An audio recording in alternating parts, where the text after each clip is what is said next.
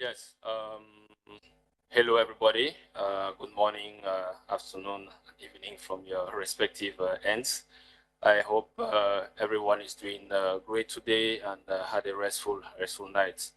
So I wish to thank you first and foremost for being able to make it for this first pre-workshop session, which is under the framework of the AfDB Evaluation Week. Which is actually supposed to kick off this afternoon with an opening ceremony, and in which I invite each and every one of you to register so that you can also be part of these great discussions. Because there will be a lot of sessions happening, we should be tackling different areas which might be of interest. So please do connect as well to follow up on how things will be moving that way. So today, specifically, we will be discussing on a specific thematic, cutting-edge approaches to communicating evaluative insights. And we are fortunate to have on board a couple of eminent experts in the field, representing various institutions. And as we will be moving down the line, I shall present each and every one of them while the session will be going on. Some few housekeeping rules. Please, I'll invite each and everyone to be muted. In the event you want to intervene, please raise up your hand. There is a team working at the back end who is following up, and we will grant you the opportunity to speak out live in the course of this discussion. Please note as well that there is a interpretation available. So down and on the screen, you should be able to find an icon, interpretation icon, which gives you the opportunity to switch from English to French and French to English, depending on which language you are more conversant with. So please do so. And also, if you have any questions, burning questions, remarks, comments, suggestions as you move down to the discussion, please do not hesitate to either type them down in the chat box for the questions, suggestions, and if you have further questions that you really want the panelists to address live, there is a Q&A box that is also available in the platform where you can provide those questions, and we shall follow up while the conversation is going on. So that said, I think we can jump straight on into the session of today. Once more, thank you again for making it to this meeting. Looking at the agenda, actually, this is a bit how it's going to look like. We shall start with a quick introduction of the session and the presenters. I think I already did part of it. After which we will have two presentations from two colleagues, one representing the IDEV department of the AfDB and another one from the Global Evaluation Initiative of the World Bank Group. Following that, I shall introduce the different panelists who are here and who made it to this meeting. We are going to have a panel discussion which shall go for around an hour, kind of, in which we shall discuss different elements in regards to the theme of the day. After which we shall, of course, try to address the Q&As that we have received by then. Any other comments, and if someone as well wants to speak live, he will also have that opportunity to express his or herself openly to the different panelists who are connected with us. And then we shall end up with a concluding remarks and a wrap-up from my end. So in all, we shall try to do that in 2 hours, if too much, 2 hours, 15 minutes. So I really invite the participants, the panelists, the presenters to really be time-bound in their presentation, and as well their different allocation or interventions. That said,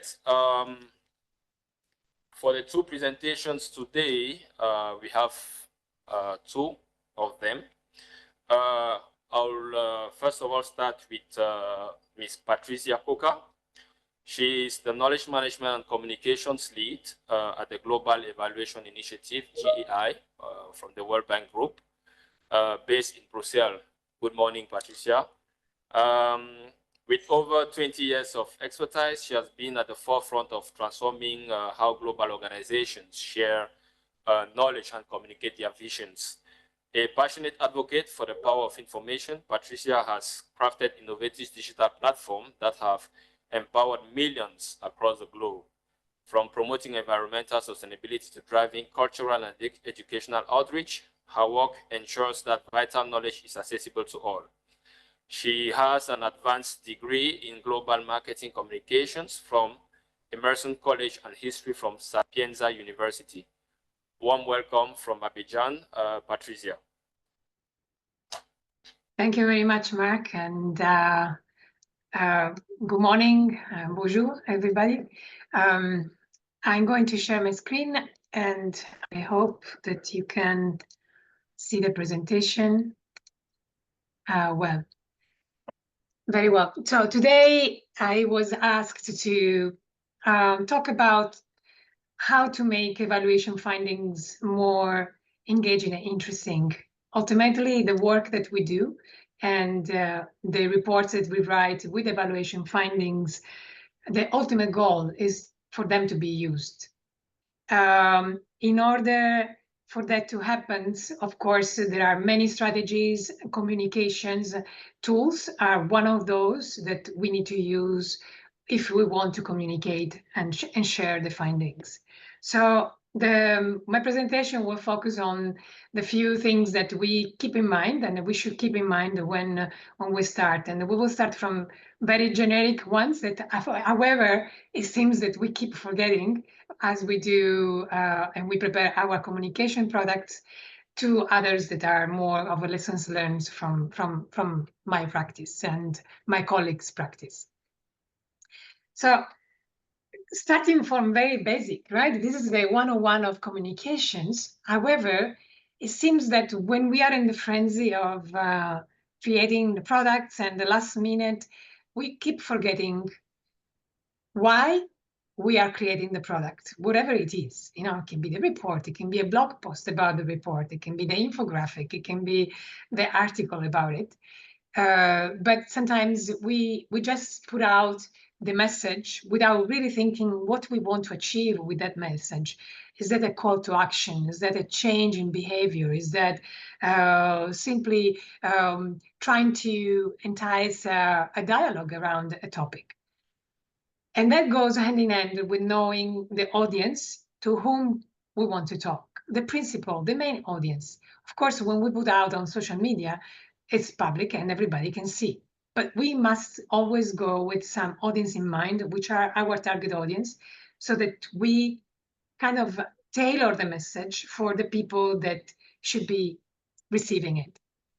And of course, if we know our audience, we should also know what kind of tools and channels they want to use or they prefer to use. There are differences in regions, in countries, based on culture, based on habits, based on the diffusion of certain medias instead of others. And we found, for example, that in Brazil, the podcasts were the most effective compared to any other type of medium that we have shared, especially when it comes to M&E content. While in Francophone African countries, as well as in South Asia, it seems that WhatsApp groups and webinars were the most effective. So I work in a network. So the Global Evaluation Initiative is really a network, is a network of organizations that are doing capacity building for M&E and for strengthening M&E systems at the government level everywhere in the world. We work with these centers. We have 6 centers around the globe.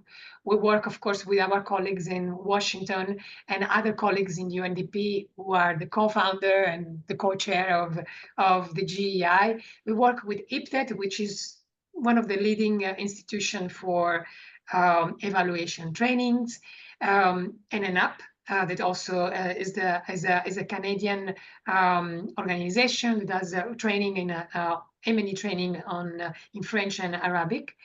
And so we have already, as a partnership, we need to build the relationships, but this is proven really to be super helpful because help us to amplify the messages.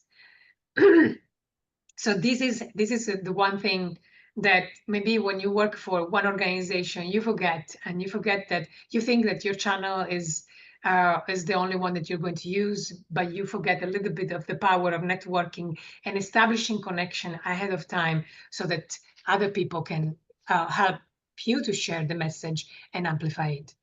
Of course, a continuous dialogue with stakeholders, internal stakeholders and external stakeholders, is also necessary to refine the message, to find the right tool, to refine the strategy.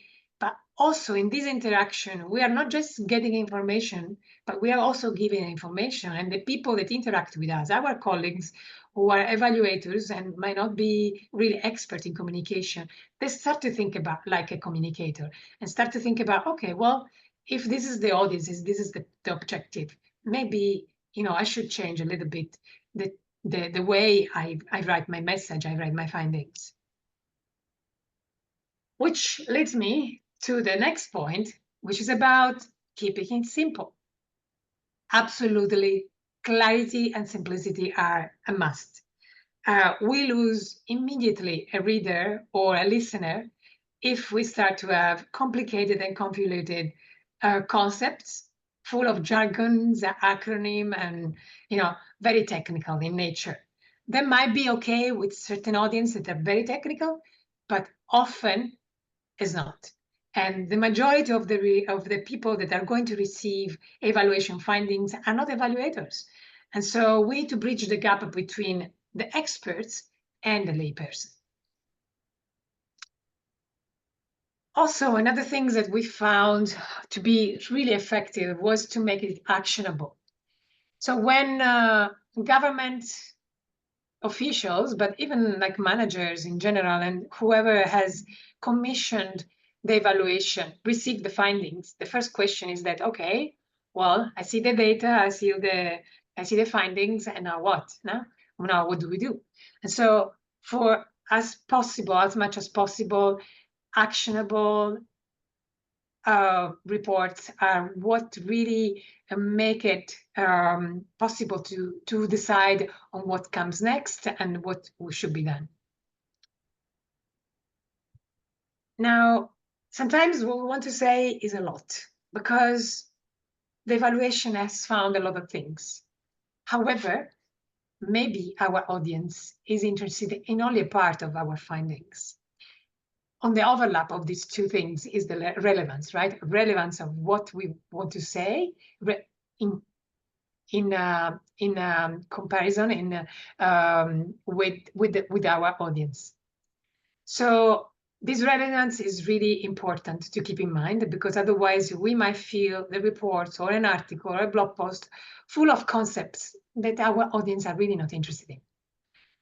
We also need to create spaces to allow people to exchange views, building networks and community where people can discuss.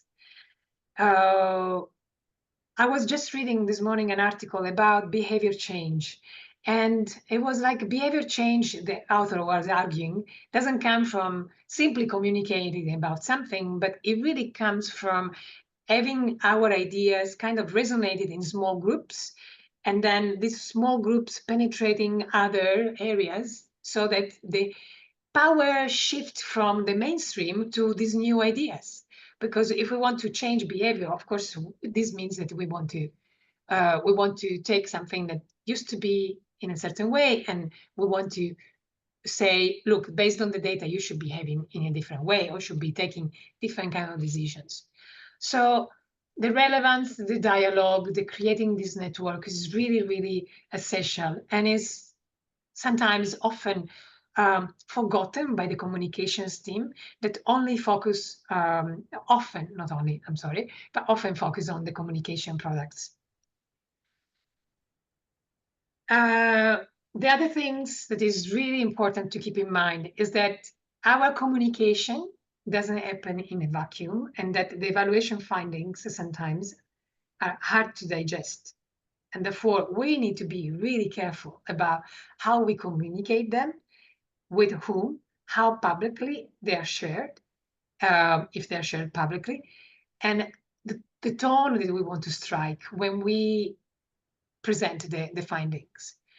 So usually just a report is not enough to achieve the desired effect of having this evidence produced by the evaluation used for decision making. We need to persuade, and we need to be careful that we are moving in a political environment. It doesn't matter if it's a government related, an NGO, private sector, international organization. There are still politics behind everything, and nobody likes to be judged. If the results are positive, they are told about what else they can could be doing better. If the results are not so positive, they might really don't want to share these findings. So this has to be kept in mind, because otherwise it can undermine the work of months of evaluation and research. Now, the other part of my presentation is really about how we communicate complex data and how we connect with the audience. And of course, complex data are difficult to communicate, but we found that visually you can really give an idea and it becomes really memorable. So when it's possible, use charts and infographic images to convey data that otherwise would be difficult to be remembered. And this also connects me to the next point, which is about how you keep something memorable. So complex data need good charts to explain what are we talking about, the size of a problem, for example, or where this is happening. But human stories, they give and they create connection between the reader and the person and the stories that we want to communicate. So this is not from an evaluation, but I took this example because it's very interesting for me. The shoes that you're looking at was from a photo reportage that was done in order to talk about the crisis in the South Sudan border that has been ongoing for decades. And it was about the stories of the refugees. So the photographer, instead of deciding to do portraits of the people, she decided to focus on the shoes, because these people are walking, right? They're walking. And so she felt, and you can see, like an image can really tell the story of 1,000 words. And finally, I wanted to close with the AI. So now AI is everywhere, and I don't have any data about penetrations. I know that usually everybody's been playing at least with ChatGPT or other kind of tools using Google Translate. But I really want to insist that at least I see that we still tend to forget that these tools are really available and they can be used and they can allow us to do the job that we need to do in a faster and cheaper way. It doesn't mean that it can substitute communication professionals, or it doesn't mean it doesn't need to be checked. The results of generative AI doesn't need to be checked by an expert of the communication person that is in charge, but it is really useful for cutting down costs, or when we cannot afford, translations or interpretations as we use today. There are other ways now that luckily will allow us to communicate. And with that, I will finish here. And I'm the mic back to you, Mark. Thank you. Fantastic. Thank you very much, Patricia. Very informative presentation this far. Personally, I really liked a few elements that you kind of highlighted in the course of your presentation. First and foremost, being that building relationship by leveraging partnership with stakeholders. And organization can definitely amplify the messages that we want to send across in our respective evaluations.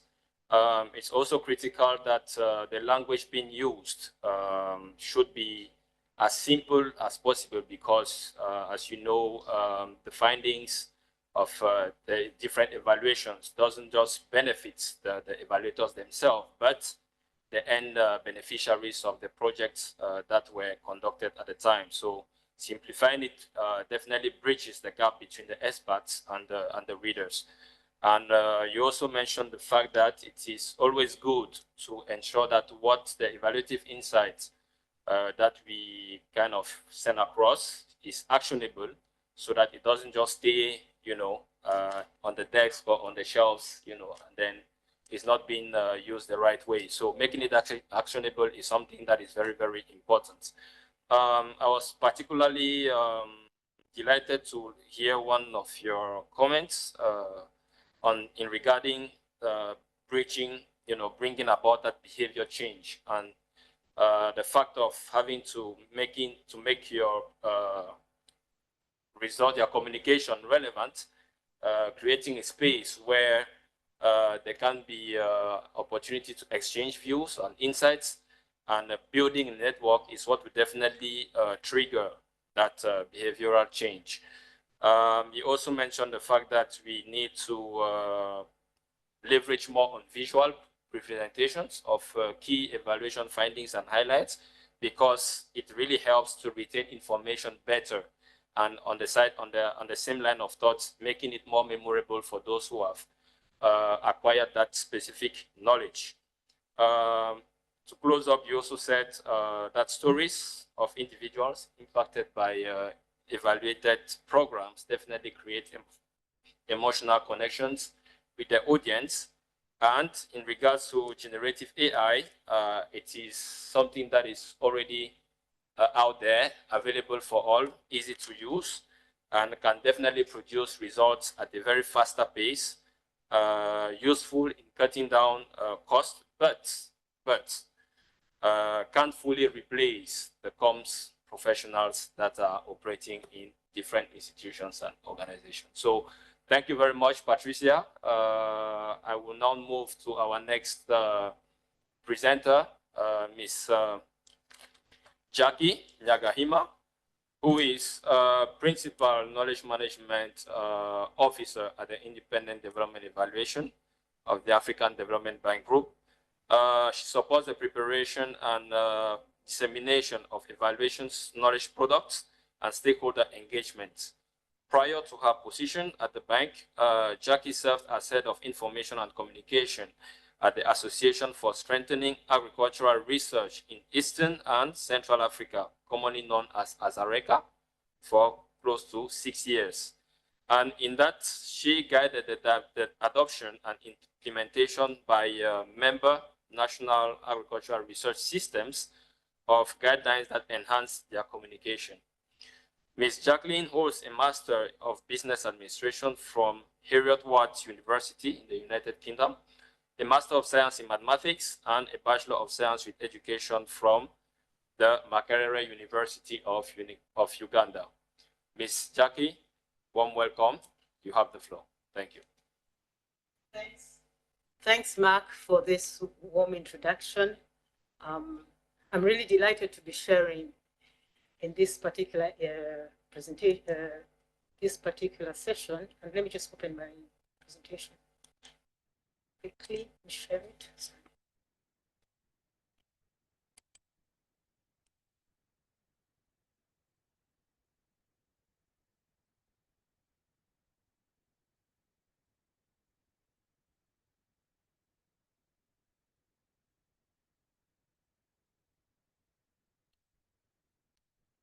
Okay, so this presentation that I'm making is about sharing evaluative insights effectively. And in particular, I will be presenting on IDEV's approach to communication planning. This is the way that my presentation is going to be structured. So I will start off by explaining what IDEV does. IDEV's primary role is to enhance the development effectiveness of the African Development Bank.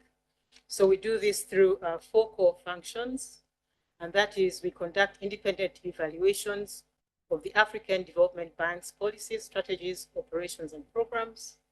And then another important, that is what we are really known for, is conducting these evaluations. But we have other roles which include improving the bank's self-evaluation systems.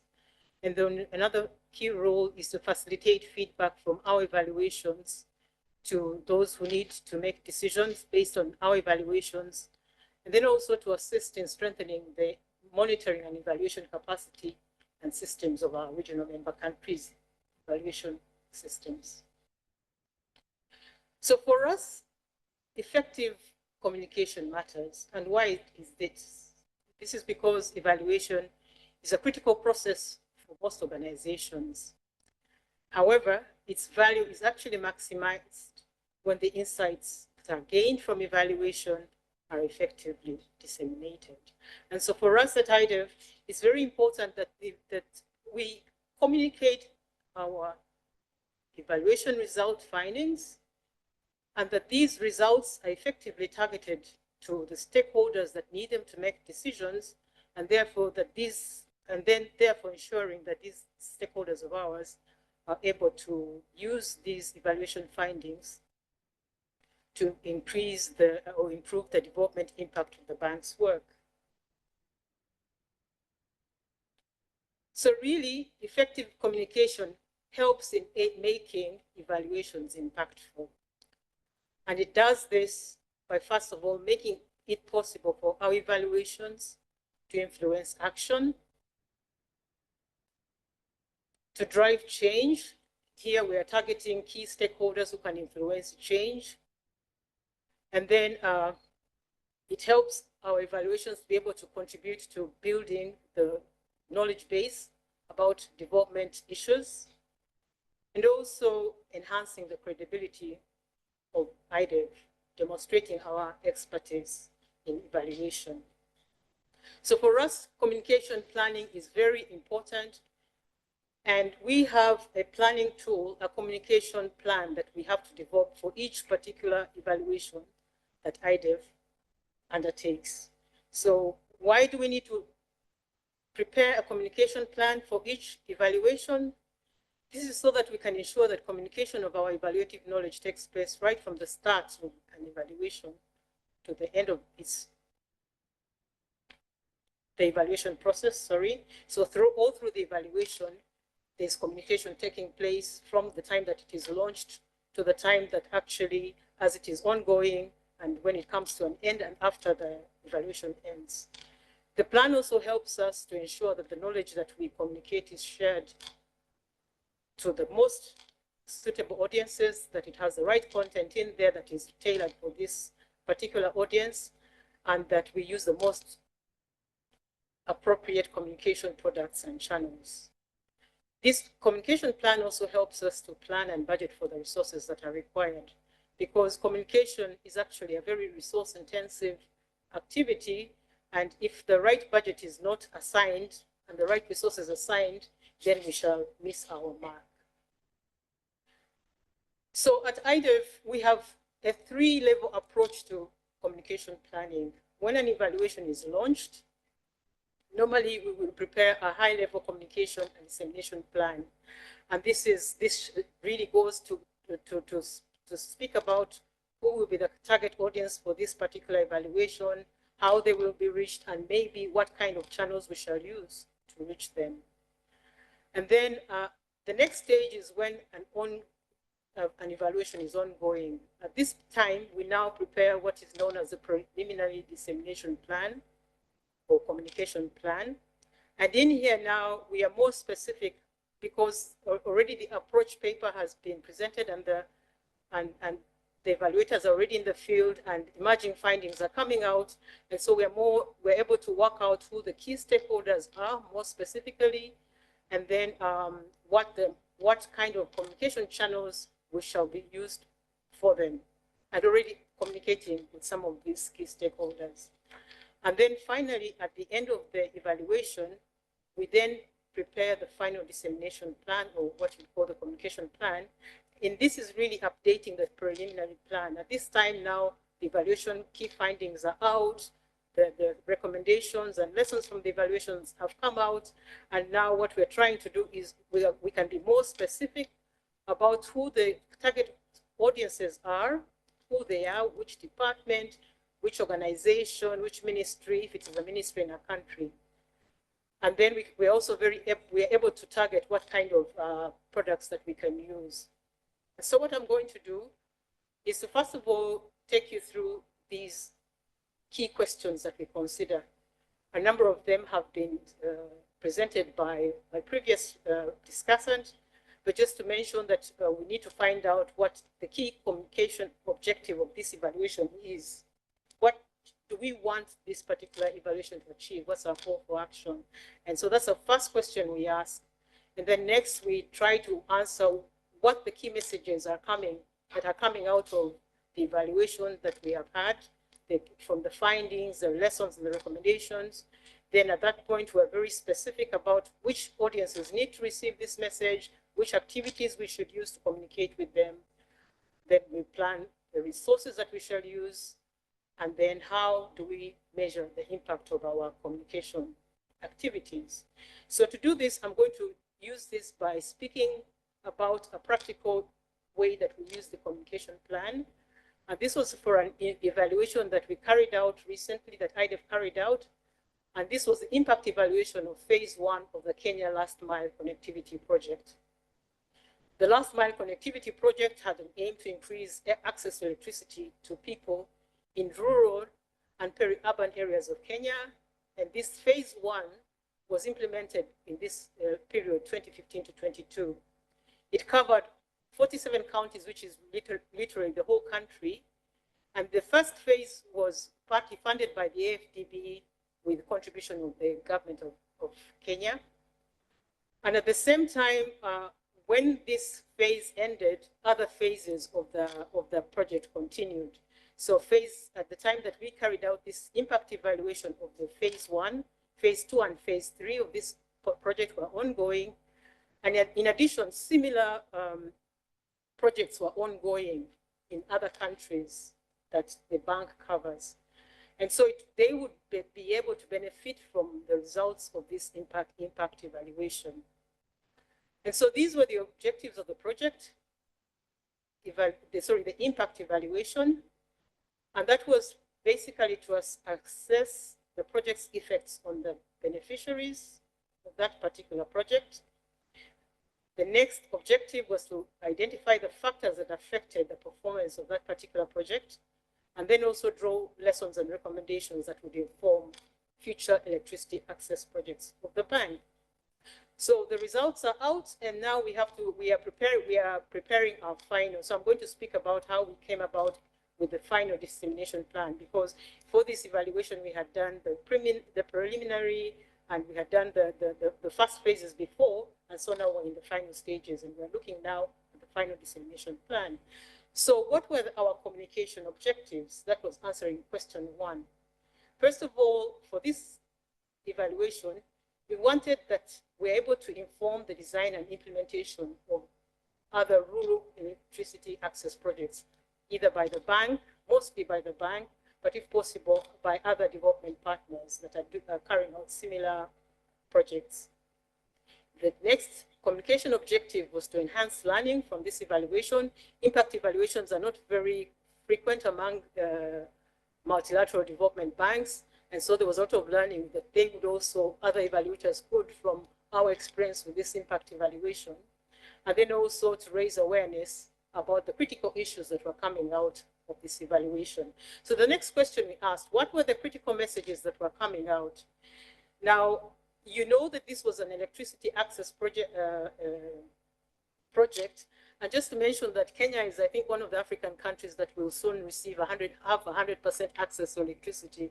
So this project was one of those that have contributed to this access in Kenya, increased access in Kenya. But it had interesting findings, this impact evaluation, that first of all, this particular project had no significant effects on the productive use of electricity. And that was quite, that was contrary to expectations, because when these projects are set up, the expectation is that business ownership would go up, employment would go up, job opportunities would be created, and with those expectations that there would be an increase in household incomes and so on. So this was quite a critical finding that would, considering that this particular project is still ongoing. Then another key issue was that there were issues of quality and reliability of electricity. There were problems. It was infrequent and the quality was not so good. So these were some of the issues that beneficiaries complained about. And then another important message that was coming out of the evaluation was that the development outcomes were likely not to be sustainable in the long term because of the high costs of operation and maintenance of these last mile connections, which exceeded the revenues for the utility company.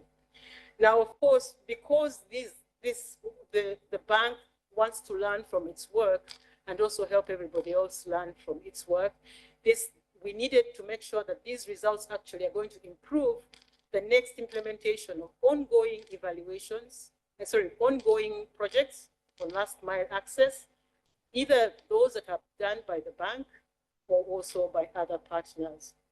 And so we now look at who the critical stakeholders are, who answered the next question. Who were the key stakeholders for this evaluation? Now, ordinarily, for an evaluation department, these would be the main two. It would be the board of directors of the bank and then the user department. Those are the ones in the energy complex, those who are in the Kenya country office and so on. But because of the importance of the key findings, we had to look at all the other stakeholders that would have an impact on the future development effectiveness of these particular projects. We were looking at thematic bank departments that look at enterprise promotion, agriculture, and so on. These would be involved, would be quite critical. Then we also looked at the country, Kenya. There were three specific ministries that were of key importance. This was the Ministry of Finance, the Energy, which were implementing this particular project, and then, of course, economic planning, because electricity access is an important development objective for Kenya. And then also the utilities in Kenya, those who do the transmission and distribution of power and so on, and the Energy Regulatory Authority. And then among the beneficiaries, we were looking at, because this particular project was implemented in a different counties, we were looking at, we had county energy officers, we had representatives from the counties, from the independent power producers. This is private sector that invests in this area, CSOs and so on. And then, of course, the development partners. These were the ones who were funding the next phases of this evaluation, and then evaluators. So once we have who the stakeholders are, we go on to what would be the specific activities that we should follow. And these were what mix of communication products and channels. So ordinarily, it would be the first three that would be doing the three activities. That is presenting the first results to the evaluation reference group. This is a group of bank staff that actually do the quality assurance for our evaluations, and then present to the board of directors whom we're answerable to. And that really can stop there basically.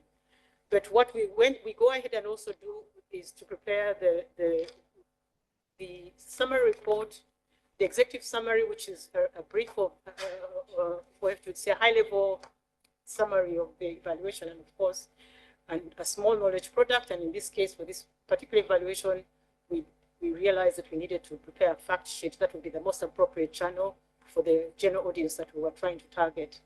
And so these were to be disseminated via our website and social media. And then we also planned to host a knowledge event for bank staff, both within the energy sector and those thematic departments that we had spoken about, that we had identified who would be useful to the future of this particular project. And that was an internal one that was done for bank staff. It was virtual. And then we planned to have a meeting with the energy sector development partners in Kenya. Because as we said, this project was ongoing. They needed to find out the results of this particular evaluation. And then we also planned to organize a power sector roundtable event in Kenya. And this was where we were to bring together the different key stakeholders from the government, from the different ministries that we spoke about, from the development partners and the bank departments in Kenya, and the bank staff in the Kenya office. And so there was this roundtable event to actually discuss the implications of these findings. And then in terms of learning, we organized a webinar for evaluators of the evaluation reference group. So these were the planned activities for this particular evaluation so that the results of this evaluation would be impactful. So once we have this, as you know, all these have some resources that are required. So the next question is, what's the budget? Of course, I'm not going to share with you the figures, but suffice to say that these are the costs that you would generally incur, or we had to plan for. If it's a conference, then if it was a physical conference, you're looking at workshop costs. If we had to do the layout and design of the publication, that means we had to get graphic design expertise. We also had to have, of course, some of these virtual, platforms that we have to use for doing our connections. So these are basically what we do. And then we had to mass produce some of these. Like, for example, because we were going to have a physical event in Kenya, we made sure that we actually printed the copies of this evaluation to give to many of our stakeholders who prefer to read physical copies. So in general, this is what you have to plan for.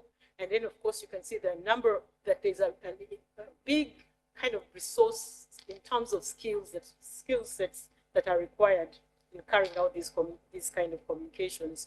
So within IDEV and the bank, we do have the evaluators, the knowledge management professionals, the communication professionals, but a lot of the others, we have the ICT department of the bank that supports us, but many of the other expertise we actually have to acquire from the open market. So it's just to say that we had to budget for, in our communication plan, we had to budget for the various activities that we were going to do. And then finally, what's of interest to us is measuring the use of our knowledge. And so what we're looking at was to see if there's going to be the references to this particular evaluation from new bank action plans, new energy access projects, either by the bank, Kenya, or other development partners who also participated in this meeting that we had in Kenya, and also mentions in the newspapers in Kenya, and if there's any mention about this evaluation on the internet apart from our own platforms. And then we had to do a qualitative measure where we are asking after the event, after the various events that we've had, what the feedback is from participants. Would they find this information that we've shared with them useful? As you will see at the end of this session, we also have to do a survey to actually tell us if the session has been useful to you. And then the other statistics that we actually measure would be the website analytics, Google Analytics, how many downloads of this particular evaluation, and all the related knowledge products that we have done, and our social media impact. So in general, it's just to mention that these are some of the statistics that we follow at IDEV. So those answers, I think we've kind of gone through the communication planning phases that we go through, and just to mention how important communicating our evaluation is. You can see that the topic of our last year's annual report was leveraging evaluative knowledge for greater development effectiveness. And it'd be good if you could go and look at that evaluation report, and you'll see what we did to this effect, a lot of the examples from last year. So that's it. Thank you so much for your attention. And yeah, I hope that you'll find this presentation useful for your work. Thank you.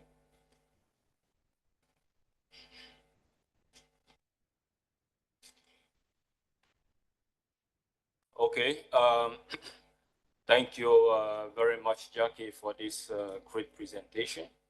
I see you were slightly a bit above the time, like 1 or 2 minutes. Yeah, I really appreciate this presentation of yours, which was quite practical in the sense that you were able to have an example of how IDEV leverages its communication approach to share, to talk more about evaluative insights and findings. So from me, what I picked up quite rapidly was, first of all, that evaluation, as its word says, is quite critical element for organization. And its utility is definitely more maximized when the insights gained are effectively communicated and disseminated within the institution at the start, and as well out there for those who can benefit from the findings of this evaluative knowledge. And why it matters actually is because it really influences action, it drives change, builds knowledge, and also enhances credibility within organizations and as well out there. And looking at it from a contextual point, that is IDEV as a department, our communication is something that really goes across the entire evaluation process from start to end. And it follows kind of a three level approach, with the first one that is being launched out when the evaluation starts. And as it runs at somewhere along the line, there's also another level of communication that comes into play. And then at the end, when we have the different evaluative reports and as well the other knowledge products that have been generated, there's also some level of communication that come into play at that level. And you shared with us as well a good presentation on the last mile connectivity project, impact evaluation.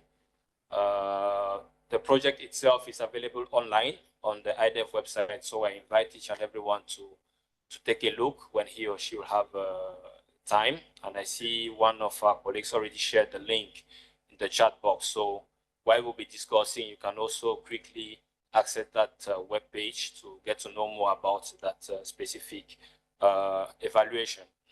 And within that project, you concisely showed us, shared with us how the different activities, communication activities that were conducted, how it, who were the target audience, who was responsible based on the knowledge, expectations, and needs that were collected during the process, and to how it really touched all the different stakeholders that were engaged in that specific evaluation, starting from the board, the bank, moving down to the different departmental or energy units within the country, which is Kenya.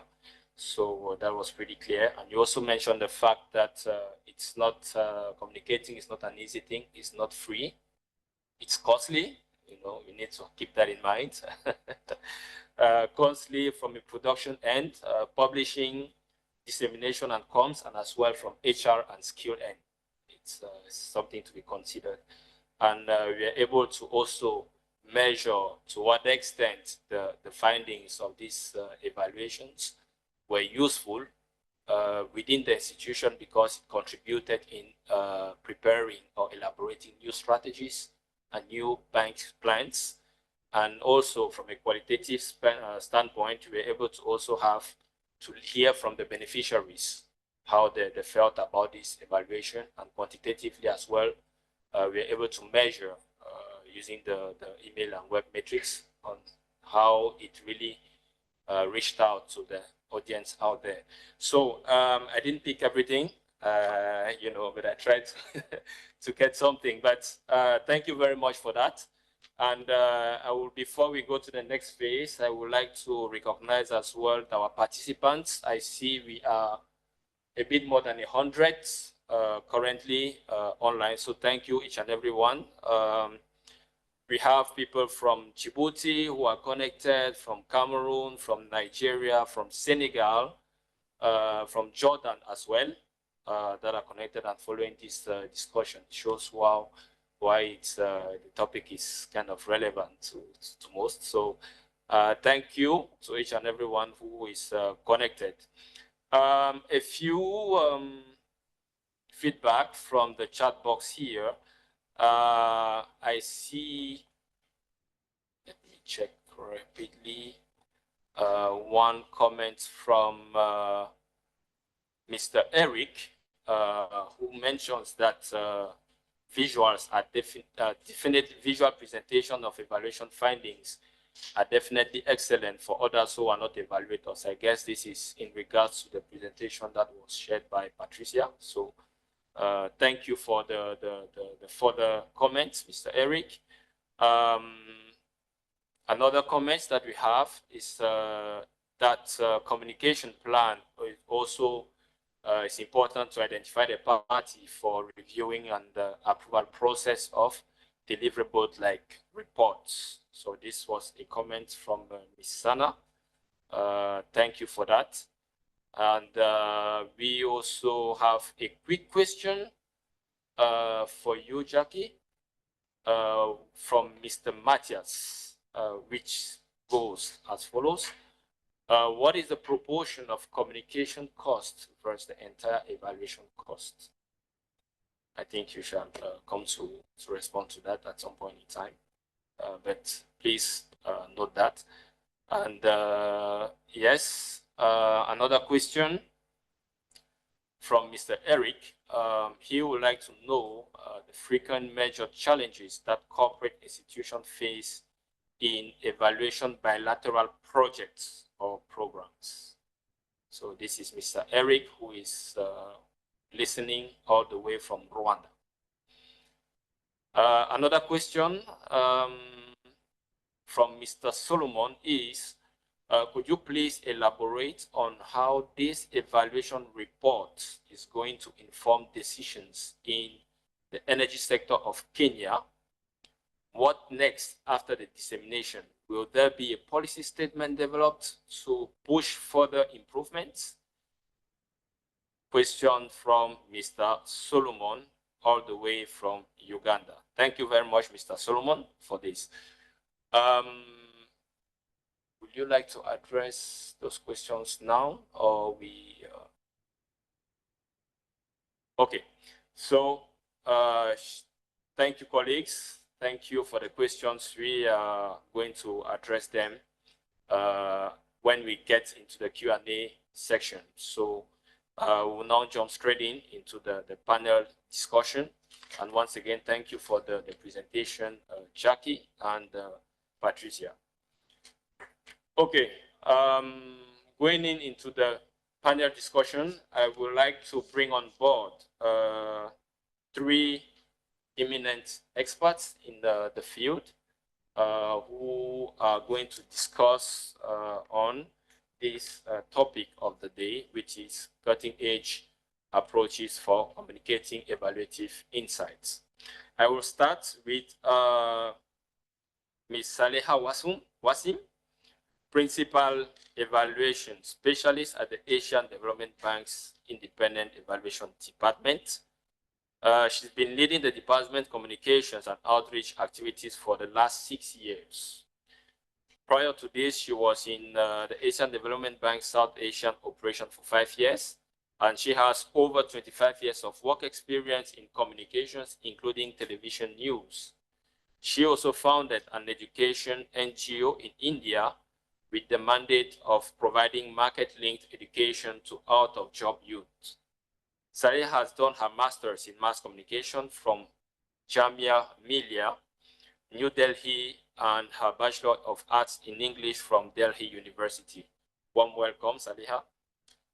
Thank you very much, Mark, and thank you very much for the very elaborate introduction. I'm very happy to be here and very happy to answer any questions that you might have for me. And it's great already to have the presentations both from Jacqueline and Patricia. And needless to say, this is absolute music to our ears.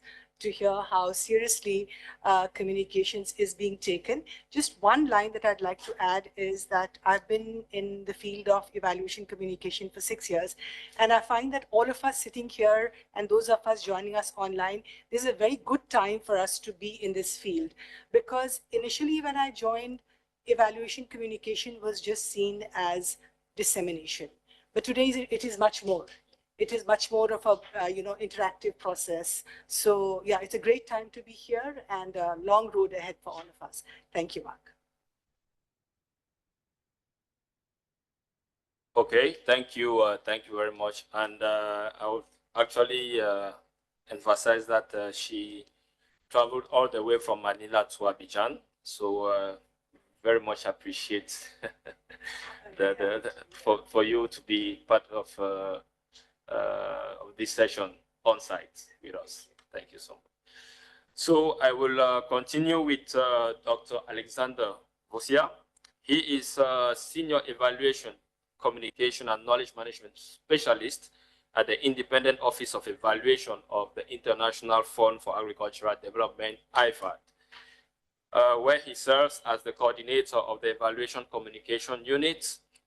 Across the UN headquarters, Alexander has given shape to the campaign statements, reports, media relations, online presence, and communication deliverables of senior-most UN officials.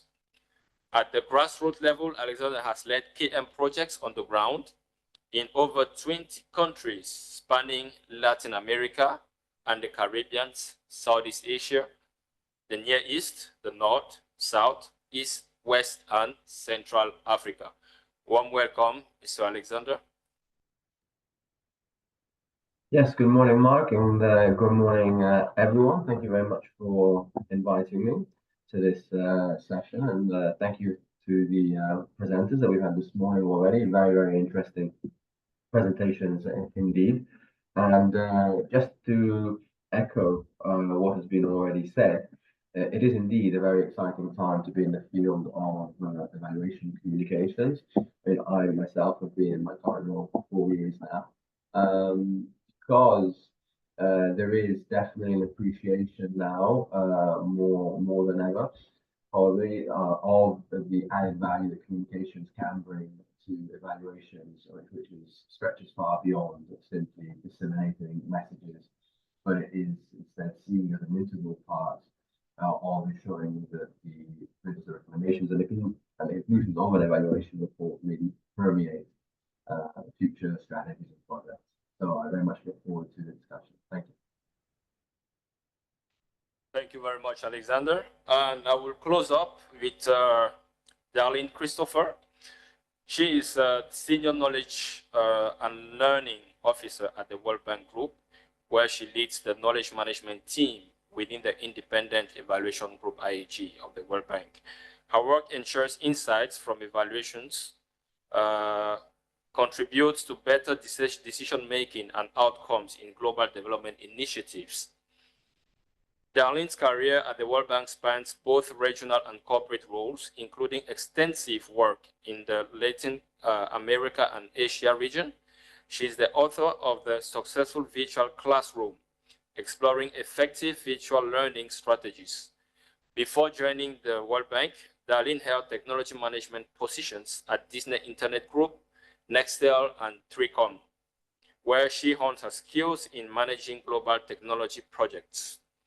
She holds a Master of Public Administration, MPA, from the Monterey Institute of International Studies, and she's joining us all the way from Washington. So warm welcome, Dr. Darlene. Thank you so much, Mark. It's wonderful to be here. I've enjoyed the presentations immensely. A lot of what Jackie and Patricia were saying definitely resonated with our processes and our challenges that we come across. And I'll just add to what's already been said that about the importance of knowledge and communications work.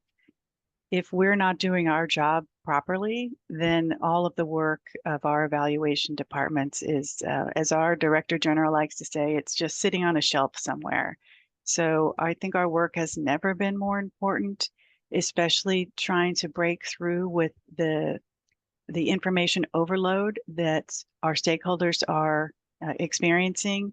And it's so important that we do our job well and make sure that our evaluation findings are disseminated and received by the stakeholders that we're targeting. So thank you so much. I look forward to the discussion. Okay, thank you very much, Darlene. I think I'll just start straight on with you. I believe you were able to relate more or less on what Patricia shared from GI, based on the experience as well of IEG. So from a process plan perspective, what does the communication or dissemination process look like within your unit, and how can the communication plans be integrated from the initial stages of evaluation process to ensure that findings and recommendations are accessible and actionable for relevant stakeholders? Thanks, Mark. Thanks for the question. And I think we have a similar process to what Jackie described. I'll try to add something different that hasn't been said already. And that is that I think one of the key roles that our knowledge and communications team play in making sure that we're part of the process from the beginning is that we are involved in the meetings where we're discussing the approach papers and the final version of the evaluation. So we're providing comments and feedback on how the material is being presented so that we're already have our stakeholders in mind. And we're working to influence the approach paper as well as the final paper so that we know that it can be communicated well. We're also in those meetings to listen and hear what are the nuances of the messages, what's unique and different about the evaluation, what are some key elements that we can begin to pull out and tease out right from the beginning. And that way we can start to build our dissemination plan. So we have a template that combines communications and knowledge work together. And from that template, we're building out our key messages. What are the outputs that we expect for each of the recommendations that are coming out of the evaluation? And what are the outcomes that we expect as well? And how will we measure each of these elements so that we can show success and show that our work has had an impact? So I'll stop there. Thank you. Thank you, Darlene. I will come back a bit to Dr. Alexander. I'd like to hear more a bit on how it works at IUI, Independent Office of Evaluation, when it comes to the communication and dissemination process. How does it look like, and how does that plan really integrate itself in the evaluation process within your the IUI department? Thank you. Yes, thank you, Mark. Well, I'll start by saying that at IOE, the Independent Office of Evaluation, the Evaluation Communication Unit, ECU, we follow a very similar process to the one, in many ways, to the one that has already been presented and discussed by the colleagues online. Just for ease of reference, we can break it down into four main stages: design and work plan phase, research and field work, finalization, and dissemination. And we liaise with the lead evaluators at each one of these stages. Now, just to give you sort of a bit of an insight, flavor for the kind of interactions we have throughout the four stages. At the design and work plan phase, so we discuss the timing of the various phases of the evaluation process to ensure the optimal staging of the communication output. So, for instance, most evaluation outfits have learning events at the end of major evaluations, where we want to avoid, for instance, to the extent possible, we have, let's say, 3 learning events within a week, 2 weeks, and then nothing months. So again, the staging is something that you can plan if you were present in the discussions right from the start. Research and field work, our evaluators are very, very present in the field. All data is driven by their field work, and so before they go, we sit down and we discuss types of information they could gather that could be useful for ECU, the communication unit. Sorry, Dr. Alexander, could you come a bit closer? We have participants have difficulties to get what you're saying. Can you hear me? Can you hear me better now? Yes, much better. Thank you. So, so for instance, as I was saying, so we discussed a type of materials that they could gather, the lead evaluators or the evaluators could gather during their field work. So, for instance, those opportunities, recordings, interviews, which are valuable for us because obviously it's things that we can't sort of get our hands on ourselves. But in order for them to do so, we need to discuss with them, train them and guide them into what we need and how and when. The last two stages, finalization and dissemination. Well, finalization often entails a learning event, so I won't delve too much into that, but it's very similar to what has already been presented. Suffice to say, obviously, we're very engaged in the design, implementation, follow-up to those events. And then dissemination. Again, I won't go through the full gamma of products and tools that we use to disseminate the reports. But the one important thing that I draw your attention to is that we have both sort of the flexibility of implementing an standardized set of tools and resources to disseminate evaluation products, combined with the possibility to tailor those, say, tools and produce sort of ad hoc elements and activities to promote specific evaluation products. So we try sort of to be to have a standardized approach, but to remain flexible based on the nature of the evaluation reports, because IOE, as most of other offices, has quite a broad gamma of evaluation reports. So I think I'll stop there. Thank you. Thank you very much, Alexander. So we'll get back to Saleha. Based on the Asian Development Bank experience, how does it really work? Right. So I think very similar to what my other colleagues have put forward. Just to reinstate that, because management changes and teams change. So what we've done is that we've mandated this, the communication entry points as part of the evaluation cycle. So the first entry point is at the approach paper stage. The team works with the evaluating team to build in a communications matrix, which is an appendix of the approach paper.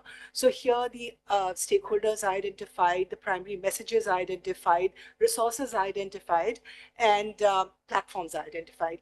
One of the major reasons why this was done was because after one evaluation, the teams got involved with the next evaluation. And the issue always was that they didn't have the time to disseminate. So as of last year, we have mandated it as 100%. So all the major evaluations are accompanied by a communications plan right at the approach paper stage. And then the next entry point is before the Development Effectiveness Committee meeting is when we start drafting the news release, which is a very, very important platform for us to disseminate the primary findings of the evaluation. And on the day of the DEC meeting, we release this.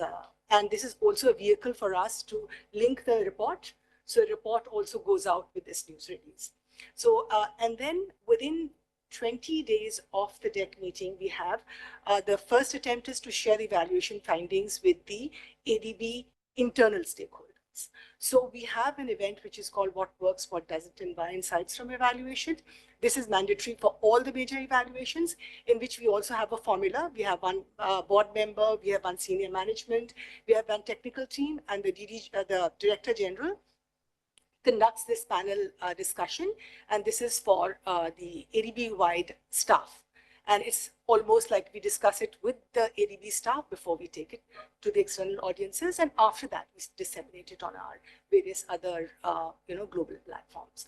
So that is something that is done. And of course, parallelly, you have your other platforms, global, and your own other calendars at ADB, which you use to disseminate our evaluations. One quick point that I wanted to make was, and very exciting, because I said that this is all becoming very exciting, is that this mandating of and a communication plan at the start of the evaluation has also served to excite evaluators.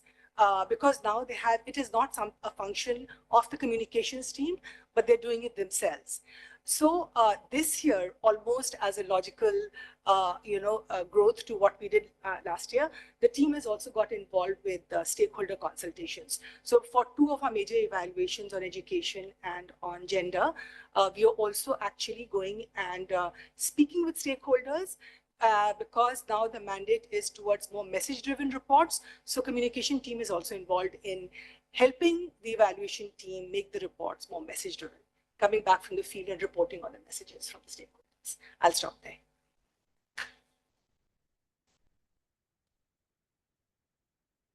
Okay, thank you very much for this. I picked up the fact that indeed at the Asian Development Bank, of course, the fact that the comms team already works hand in glove with the evaluators is something that excites them, because it kind of builds up the team effort actually in reaching the last mile from a communication standpoint of these evaluators. And they also now engage directly with stakeholders when they go out to meet them in person for the discussion. And I guess this is a practice that is more or less applicable within all the organizations. And this actually brings me to the second point, or the second questions regarding issues related to strategies and techniques, actually, because we can see it as one strategy in a way. So I would like to continue with Jackie on this second question. What are some of the most effective strategies or techniques actually for communicating evaluative insights to these different stakeholders that we identify when we start conducting an evaluation? And how can these strategies actually be adapted to suit the needs of diverse audiences? Because I think the needs might be different from one stakeholder to another. So it definitely calls in to develop specific approaches or mechanisms to be able to address that. So what are the different techniques, and how can they actually be adapted to suit the needs of diverse audiences within the development institution?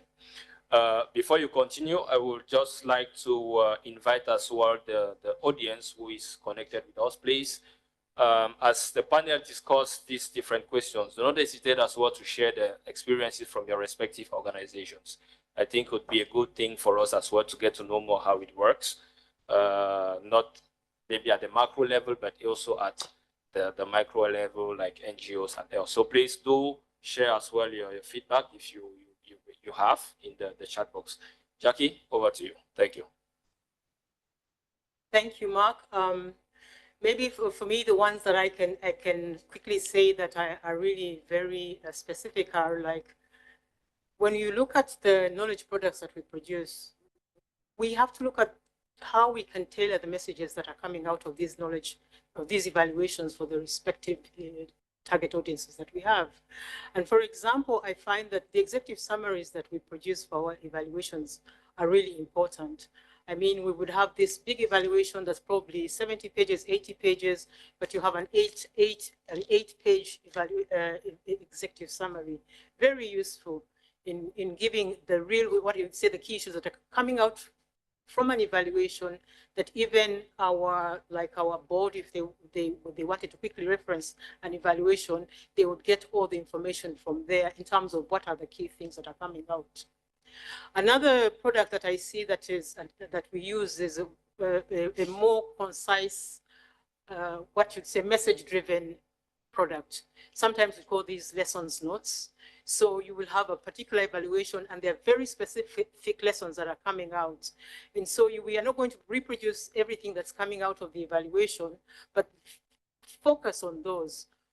For example, if it's an energy project, then you're talking about maybe something to do with the transmission only, a lesson that's to do with just transmission and what's coming out of that, you know. So it is being very specific so that people can learn as much as possible. We talk about this lesson come about, we speak about what finding leads to this particular lesson and why it's important. So these are small, like 2-page documents that we produce, which I find quite a very useful technique. Maybe the other thing, I mean, what we have found that in most cases for us here in Africa, people do better when they talk. So sometimes I do know that, for example, when we talk about physical events, those can be quite costly. But on the other hand, what we've discovered is that if you really want to get high-level participation from key stakeholders in our respective countries, it is important that you actually host an event, and you need to make sure that you have you have the right people on the ground that can bring in the stakeholders that need to be with us. And this really helps in making our evaluations more impactful. So I think knowledge events, yes, we're trying to say we are going virtual. This can work for those who work professionally using these tools.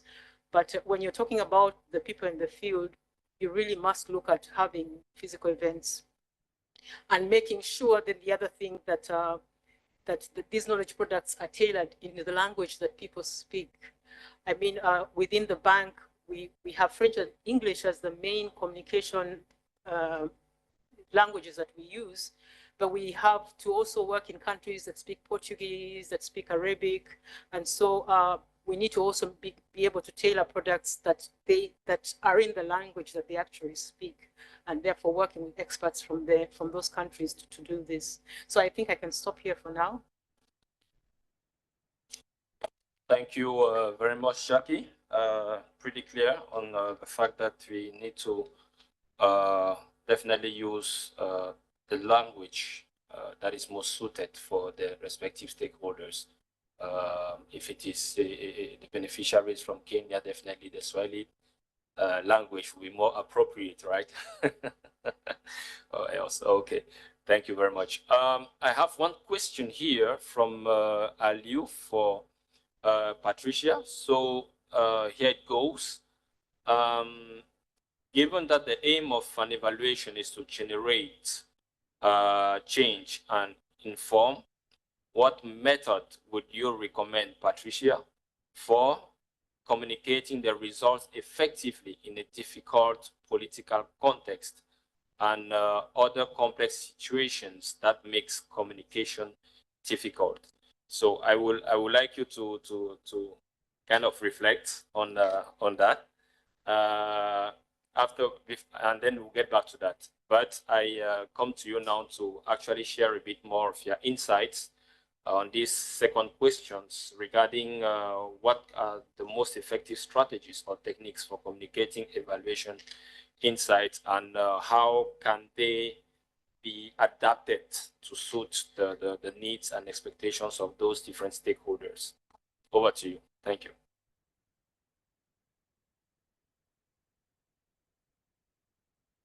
I'm sorry, Mark, the question is for me now to respond? Yes.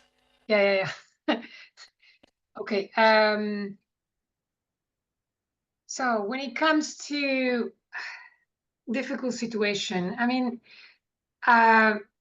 you know, there are when we talk about very highly politicized context, every evaluation can be used either to defend a position or to you know, defend the opposite view.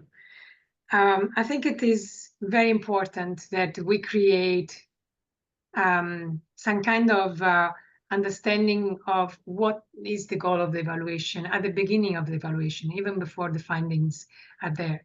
I guess that the consultation process is key in this case, where different stakeholders are invited, especially when the results can be very contentious, right?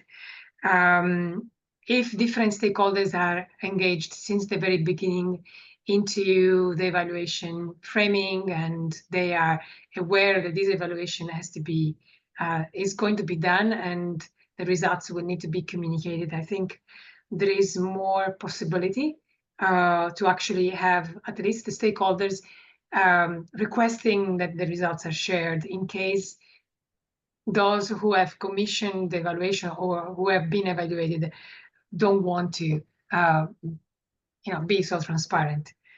That's the one thing. I think also the other, my other go-to answer would be always try to give the bad news in the light of, okay, what can you do to remediate, right? If is it possible, or what kind of changes needs to be done. When you receive a critique, if you know that the critique is coming and you can prepare with a response about, okay, well, I acknowledge some negative results, and this is the plan for improving, then that could, kind of lessen the tension. But in general, this has been my experience of consultations and making sure that people are prepared to respond ahead of time. That would be my first answer, Mark. Back to you. Thank you very much, Patricia. So I will bounce back on, or bounce directly to Alexander. From IUI perspective, how do you see it? Thank you. So Mark, just to clarify, that the question is the same one that Patricia just answered on how we communicate in challenging contexts. Yeah, the question is more. I would like to know more about what are the effective strategies to communicate the evaluative insight, and how do you adapt it so that it meets the needs of those stakeholders? Yeah. So we obviously have sort of a very articulate communications and outreach strategy, which I'd be happy to elaborate on further down the line. But first, to answer specifically your question, I think it'd be good to share a very practical tool that we developed in order to implement that strategy. Because the strategy itself foresees numerous types of products, communication products, to be disseminated through many channels, different types of messages, all of which are capturing a broad variety of evaluation reports. So, and we're reaching out to lots of different audiences. So the risk here is to be putting out the wrong information for the wrong users and bombarding too much information to people that might not be interested, right? So it's all about, like you said, all about tailoring. And so what we did was that we developed a tool called Communications Cube. So essentially, it's a sort of a 3D mapping exercise whereby we have 4 different dimensions. We have one dimension is all the different types of reports that we produce. The second dimension is the types of messages that can come out from these types of reports. Third dimension is the different communication products.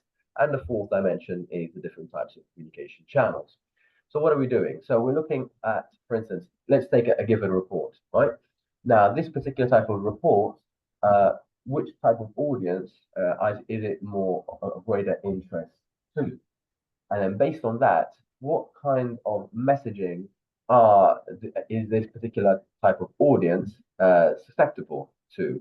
And in order to reach that particular type of audience, which type of communication products are more effective? I mean, we heard the example before in one of the presentations, how, for instance, podcasts, that particular experience were more effective in Brazil, and we believe WhatsApp groups somewhere in Southeast Asia. So that's exactly what we're talking about, right? So different geographical locations, different types of stakeholders are going to react differently to different types of products, and we need to know that before we put those products out.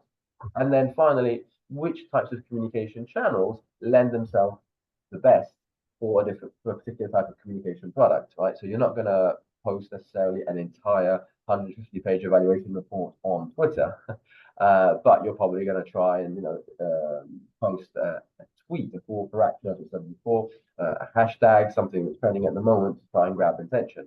So it's all about creating these linkages, these synergies between the reports, the audience, messages, products, and channels.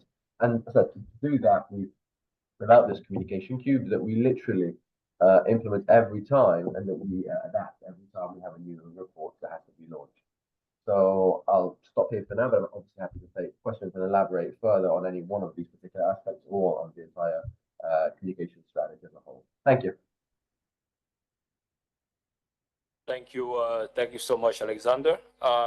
We have a suggestion here from Sana in regards to this issue of strategies and techniques on how to communicate these evaluative insights. For him, he suggests that evaluation audience involved and committed and delivered solutions. So then the evaluation audience need to be involved, committed and delivered solutions, rather than just to have evaluators as defenders. As you are all aware of the impartiality of our role as evaluator. I believe he's an evaluator, so he's kind of sharing his insights. I would like to invite Darlene to share a bit more of her thoughts in regards to this suggestion of his, of bringing on board the evaluators as well in the whole reflection around these strategies and techniques to engage more with the different stakeholders. Thank you. Thank you, Mark. Let me start by just giving just 3 points about how we approach the different communication techniques that we're using to reach our intended audiences. So first, I believe this has been said, but it can't be said enough, to really identify your audience, really define that audience, and what are their information consumption preferences. Figure out how they are looking for information, how they consume information. This is really important. The second are, what are the channels or methods that are available to you? And the importance of really being opportunistic. We're always looking for other opportunities where evaluation work can be combined with another event, another gathering that's already happening, so that we can make sure that our messaging is appropriate and it ties to another agenda. So we're looking for those different channels as well. And then, of course, the clear messaging, which has already been said by many speakers here, focusing on what's most important for your audience and tailoring those messages to their needs. So to share an example with you about how we involve evaluators in our communication opportunities, last year we launched a new communication vehicle. It's called What Have We Learned? 30-Minute Talks. And this product was based on doing some research with the intended audience for this product is internal World Bank Group staff. And we conduct informal focus groups with many staff from across the organization and sort of surveyed the environment and determined that this was a good communication vehicle for us. And in this product, we have an evaluator sharing findings from their research in a very succinct way. And the value of this approach is that we have the evaluator distilling their very complex information into digestible chunks with concise messaging. And we make sure that it's very relevant. What the findings that they are sharing are the ones that are relevant to operational staff, ones that operational staff can take action on. And the other value of this is that it's a format that respects the time constraint of our very busy World Bank operations staff, as I'm sure this is the same in your organization. So they're busy. We do these sessions during lunch. It promotes continuous learning. We're not disrupting their daily workflows.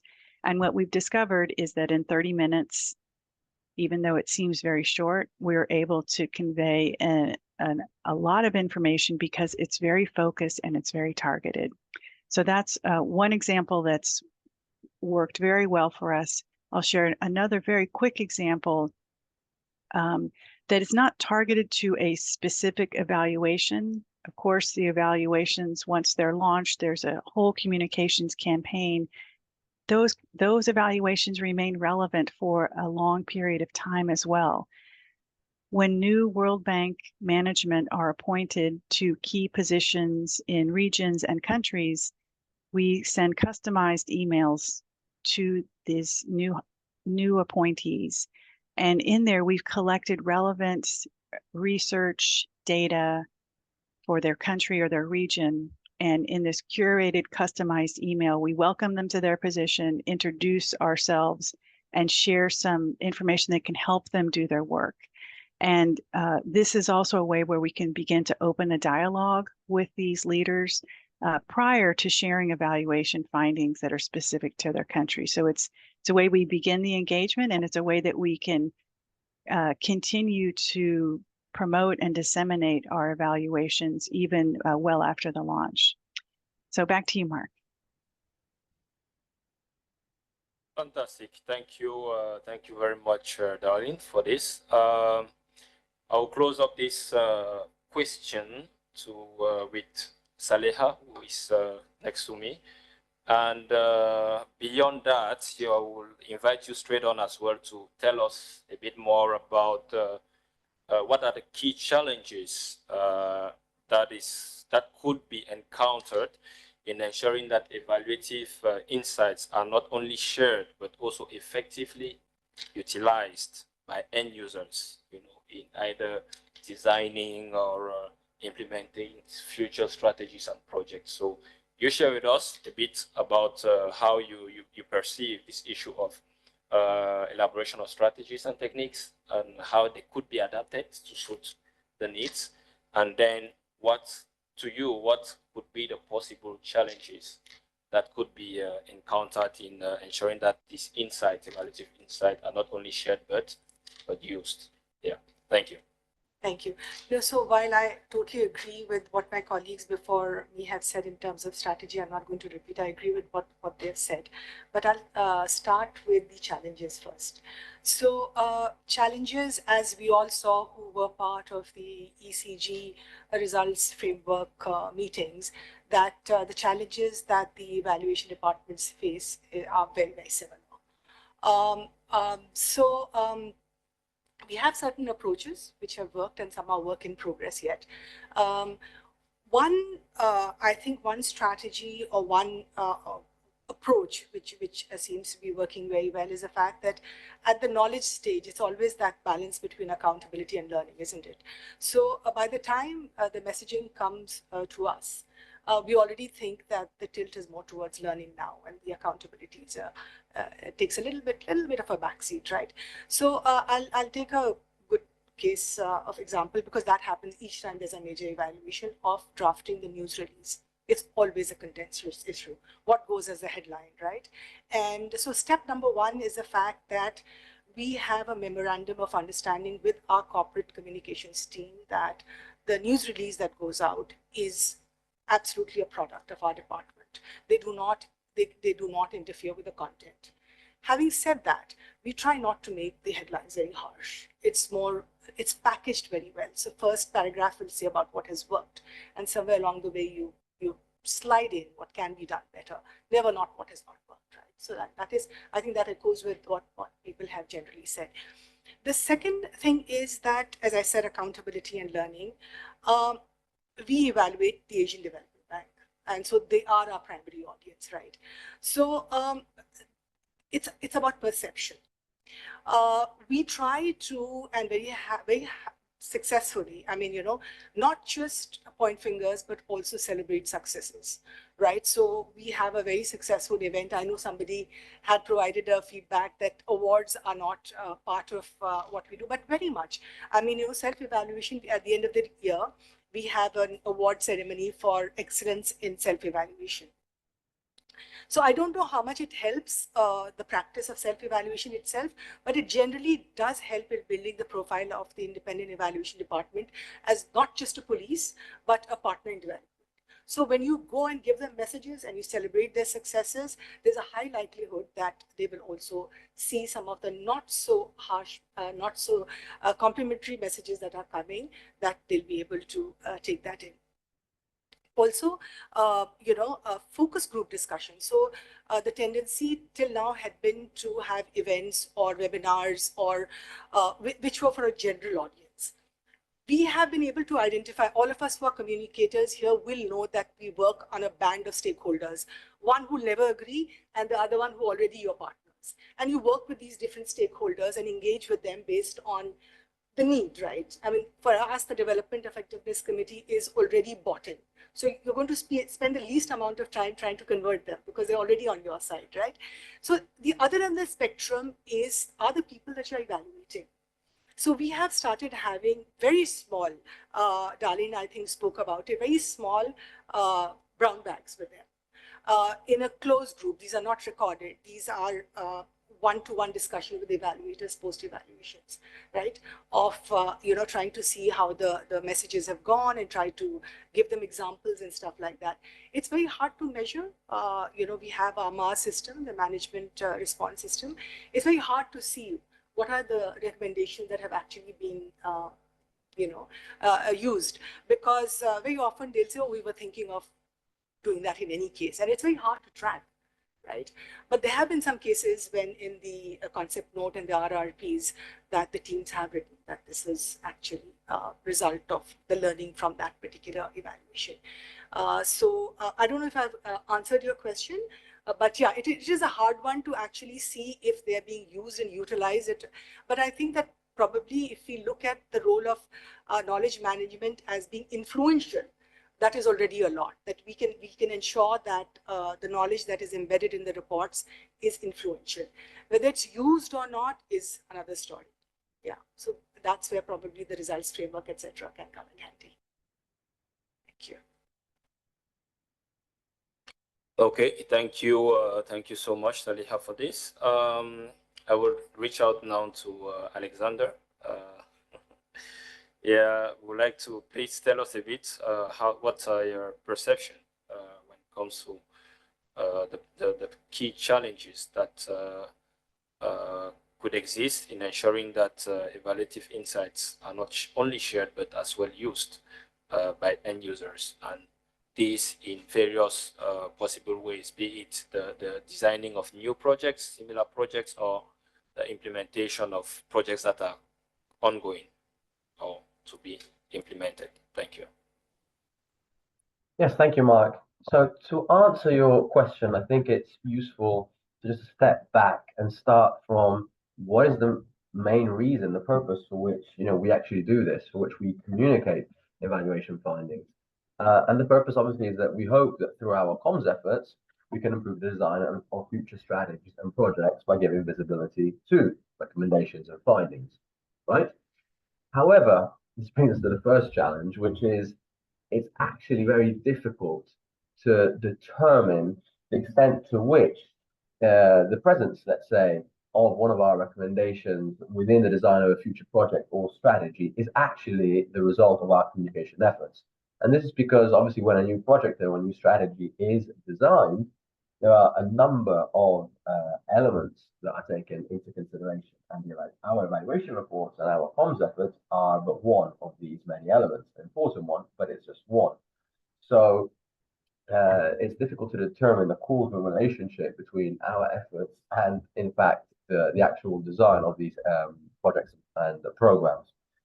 But let's just moving on. Let's just assume that okay, we were able to muscle in, let's say, our recommendations into a new project, into a new strategy. But then a second subsequent challenge is the transition from design to implementation. To what extent can we actually determine that our communication efforts, which may have led to the incorporation of certain recommendations into the design of a project, have then resulted into an implementation of activities on the ground. Okay, so that again is a second step, which is even more difficult to determine.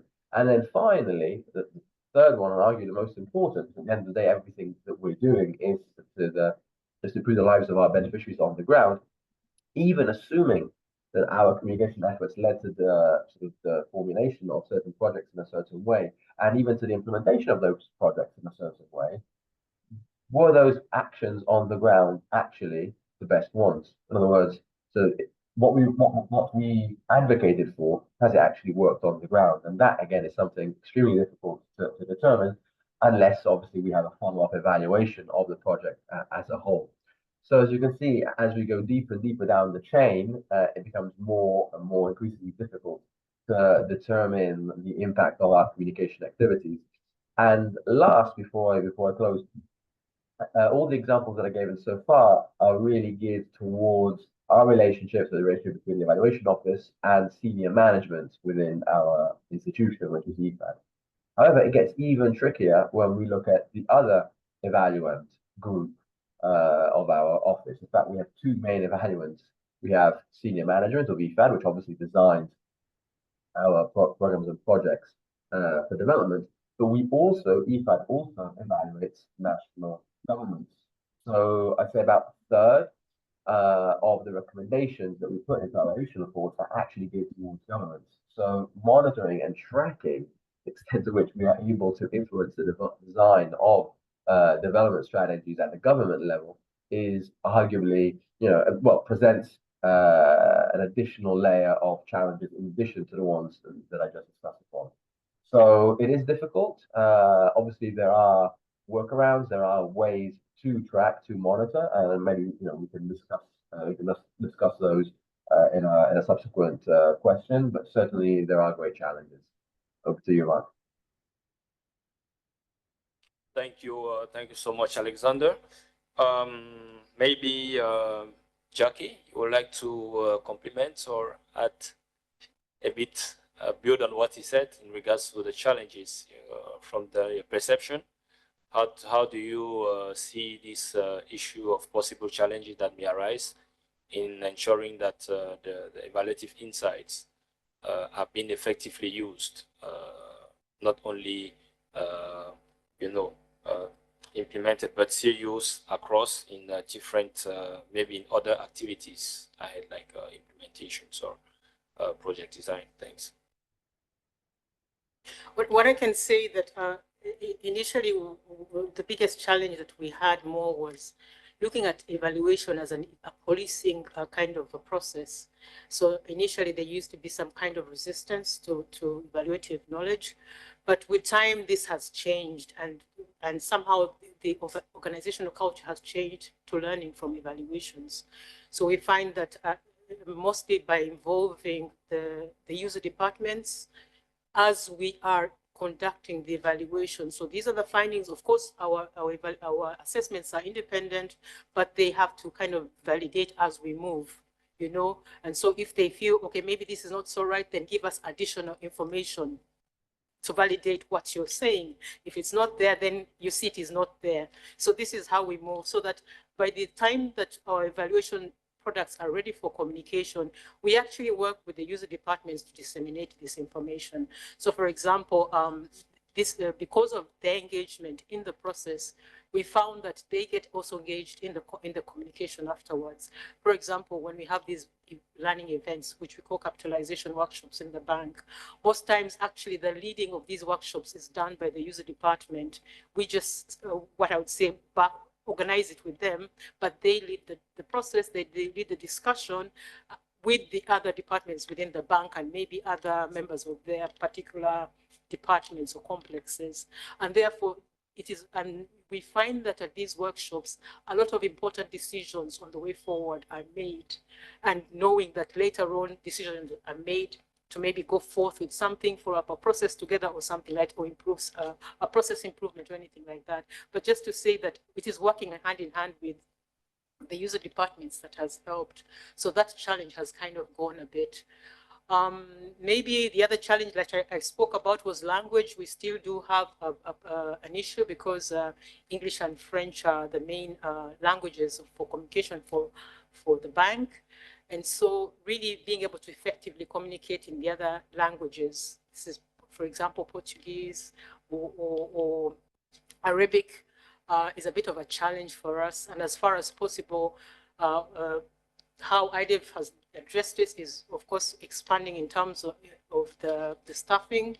If people have these languages, it's a kind of like a major advantage, so that they also help even if the evaluation is not an evaluation they're involved in, then we will call upon them to help in the translation, in the interpretation, and the things that we need to do.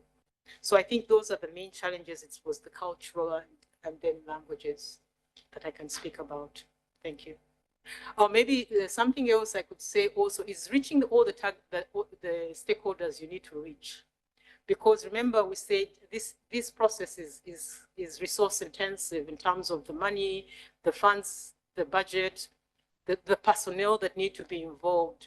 So you have to kind of be very deliberate in determining which stakeholders, because sometimes people will ask, or maybe it would have been good if we would reach this particular audiences or this particular stakeholder group, but it is difficult because for various reasons, maybe it could be the language, it is again the budget, that can also be a problem, because I think somebody earlier had asked about what's the budget for communication.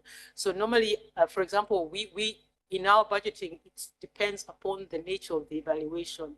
So for example, the impact evaluation had a benefit that it was, because of the nature of this evaluation and what came out of that, it was an impact evaluation. We could say we had a bigger budget. So our budget was probably about $35,000 for this whole process of dissemination. But for other evaluations, you may find, okay, it may be useful to have a physical event, but sorry, there's not enough. There's no justification why you should have a physical event. So the resources is also another constraint. We have to really be very, very specific, very deliberate and very strategic in how we allocate the resources that we have for communication. So I think I can stop there. Thank you very much, Jackie. Yes, the question actually was from Mr. Matthias. I hope he's still connected with us, and I think he already provided an inch of response in regards to his question that was more into getting the difference between communication cost and evaluation cost. And your answer was pretty much clear on the fact that the budgeting depends on the nature of the evaluation itself. So there's not kind of a standardized budget allocation for a specific evaluation. So yes, we are getting close to the time for this session, but I guess we still have a lot to share and to learn. So we'll try to accelerate. I of course invite participants who are connected. Please do not hesitate to raise your hand if you want to share a comment or intervene live. There is a question bar that is available where you can type in your questions. There were already two that were provided and which were addressed. Thank you for that.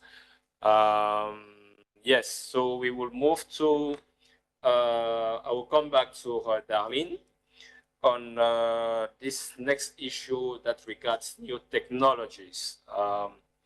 From your seats, how can we development organization actually leverage emerging technologies such as AI to enhance the clarity and impact of their communication efforts during the evaluation process? I recall Patricia also started a little bit on, on that in regards to the utility of AI, but I think the insights from the IG perspective would be of good help to the audience that are attending. So over to you, Darlene. Thank you.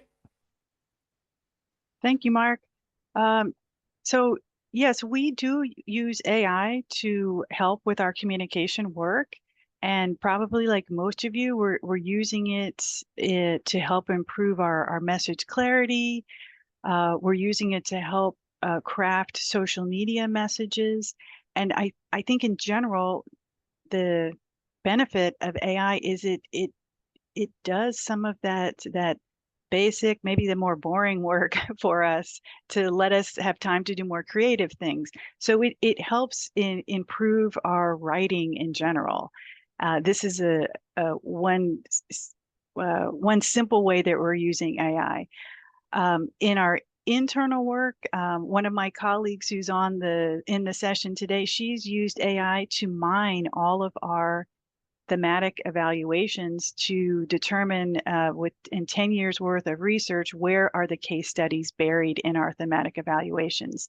And by doing that, we are able to share in those emails that I mentioned to our senior leadership. We're able to point them to the corresponding evaluations that correspond to their countries based on whatever case studies are buried within these evaluations.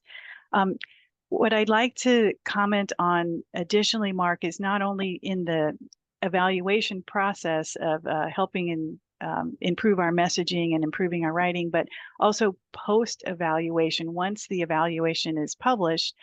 One thing that we're working on right now is helping others find our evaluation and finding lessons, finding trends, whatever it is they're looking for by using AI. So internally, we have a proprietary tool at the World Bank that's similar to ChatGPT, and we are developing a set of prompts that operations staff can use to help them with their research as they design projects. And by giving them some initial starting prompts, we can show them how they can use AI to find relevant data in our evaluation reports. And of course, we can do that externally as well, sharing on our website some sample prompts to use with ChatGPT so that people can get used to using AI and digging through our findings. So a couple of examples of AI. I know there's more on the horizon. Fantastic. Thank you very much. I will turn back to Saleha.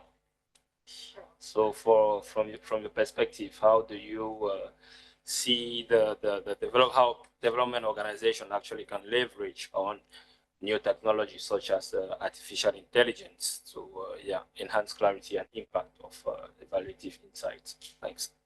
Right. So if you can't beat him, join him. So I'm quite happy to let you all know that we have our own tool called EVA. It's the new generation of search solution which employs artificial intelligence, and we've been working on it since 2021. It went through various processes, and now we are in a position where internally it is being tested. People who worked on it say that it's easy to navigate, and the key word here is that treat it like a very enthusiastic assistant. Not more than that, right? So it basically, what it does, it ingests, understands, organizes our own internal data. So from the start, all our synthesis notes, our reports, etc., they are there, and it picks up lessons from that. So basically, it gives valuable insights, it improves work efficiency, and of course, it creates opportunities for us to innovate as well. And just before I came in today, I have voted that the knowledge products that we do, even in terms of events or etc., that we should put in the transcripts of those for the AI or EVA to ingest, so that as knowledge brokers, what we are doing, etc., that is also available through AI. So yeah, so we fully believe in it as in a way that, use it as something that it's a tool, and we have to basically, we have the choice of how to deploy it. So yeah, I'll stop. Oh, I think this is,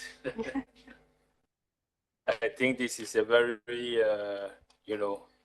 triggering issue, leveraging on AI, who really does the transcription of your data for the past years and is able to generate actually valuable insights and lessons that will definitely be beneficial in preparing or designing future projects and stuff. I guess it should be good to think of organizing a learning events or in knowledge sharing events on how other organizations can also benefit from such a technology.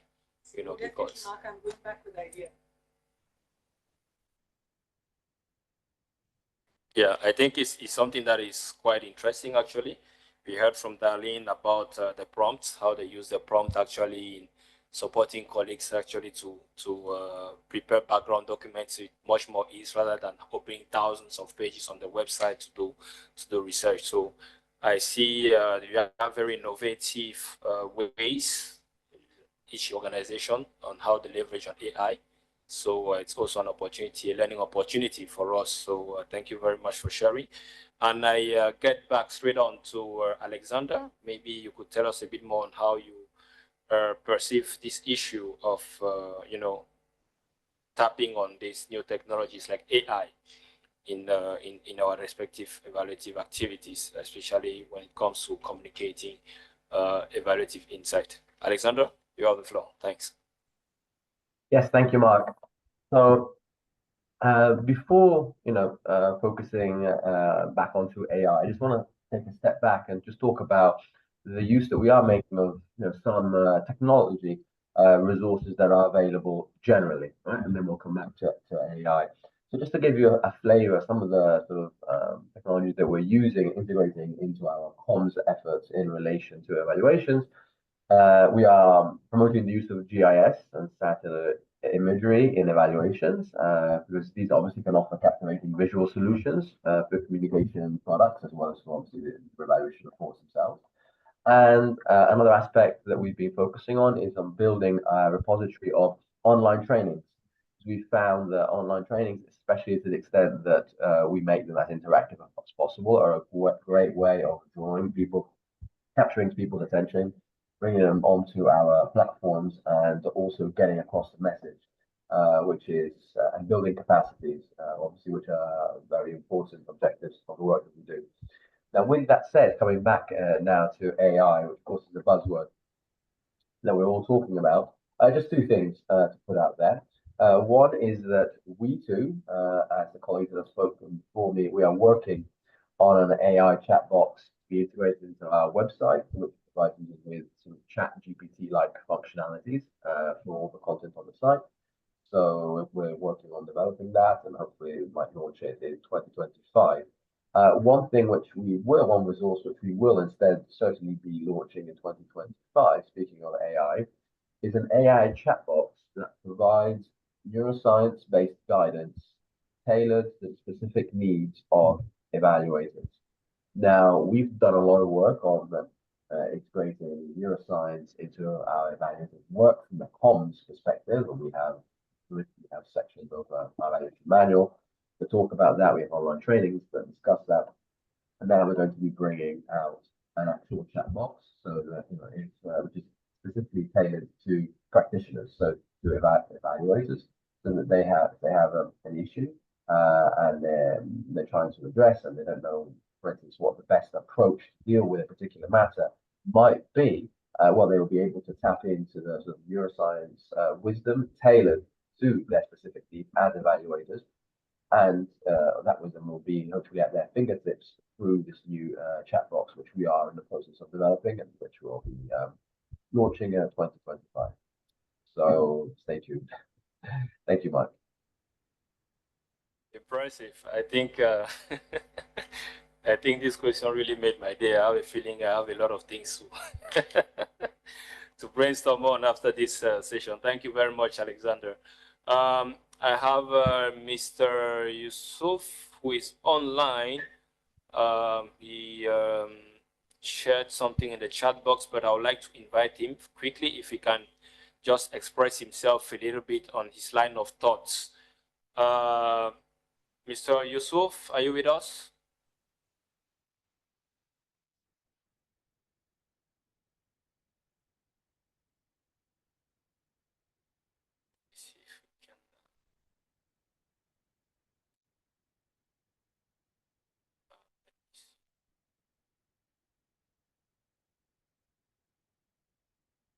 Mr. Youssef?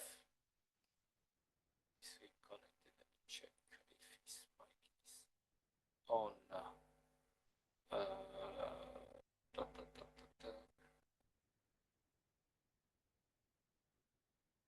Okay, he's not connected. Anyway, he said in his message, actually, he said that he agrees, okay, with all the insight. He just didn't hear anything about the budget. For him, it is always hard to find budget for monitoring and evaluation rather than to find more budget for communication and dissemination. And to him, a second challenge as well is that a lot of evaluation outcomes are not linked to the rest of the knowledge that we build about a subject or an area. Thus, communication becomes sometimes more of a celebration of the end result of project rather than just discussing the real outcomes. So for him, that is point of view on the question. And I believe if I open the debate, it's gonna, go all the way around, and we might go way beyond the time that we have.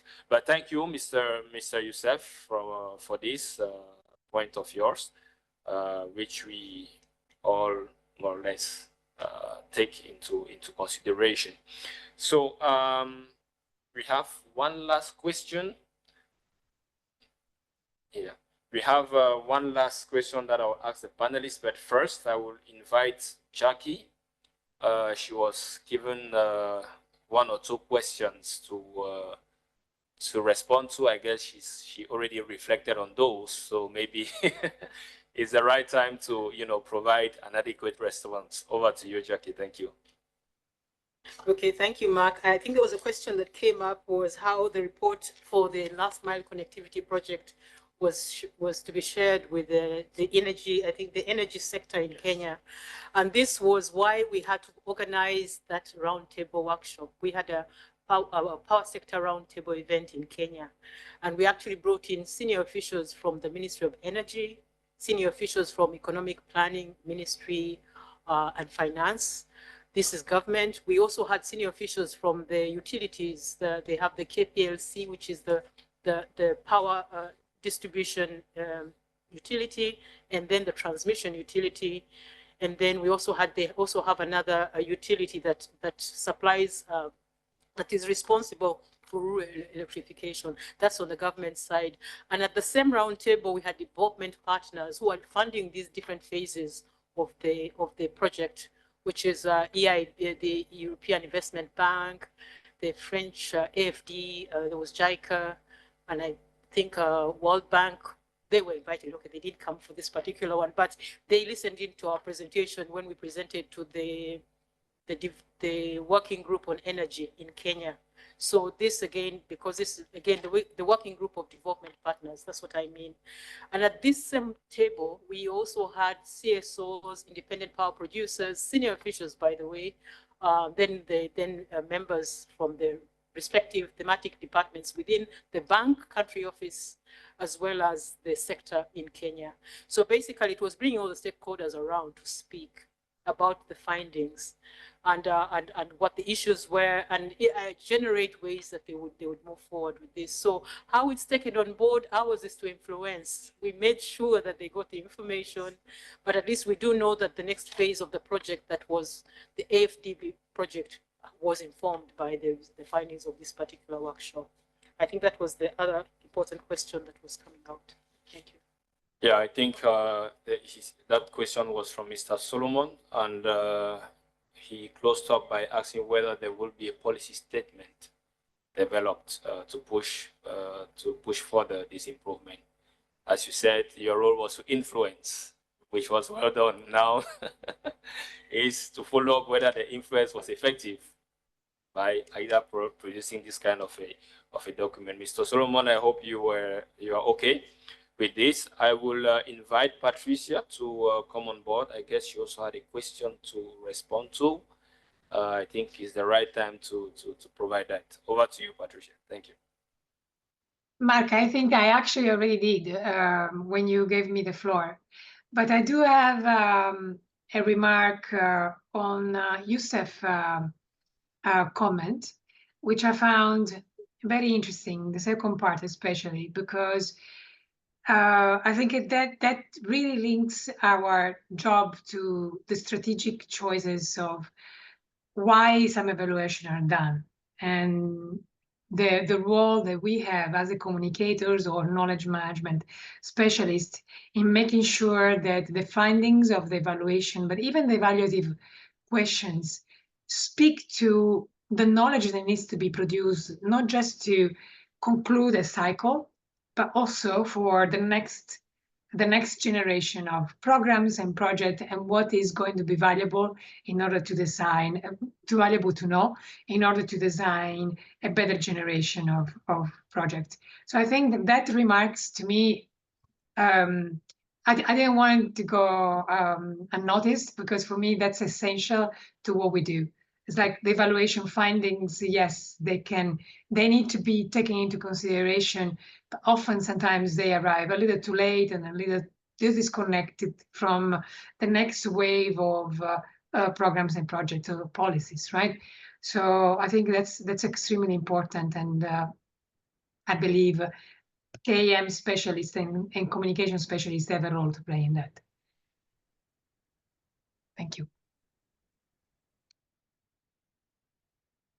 Thank you very much. Well received from this end. Okay, I have one last question, which will go to all of you, dear panelists. After that, we'll have a concluding remark.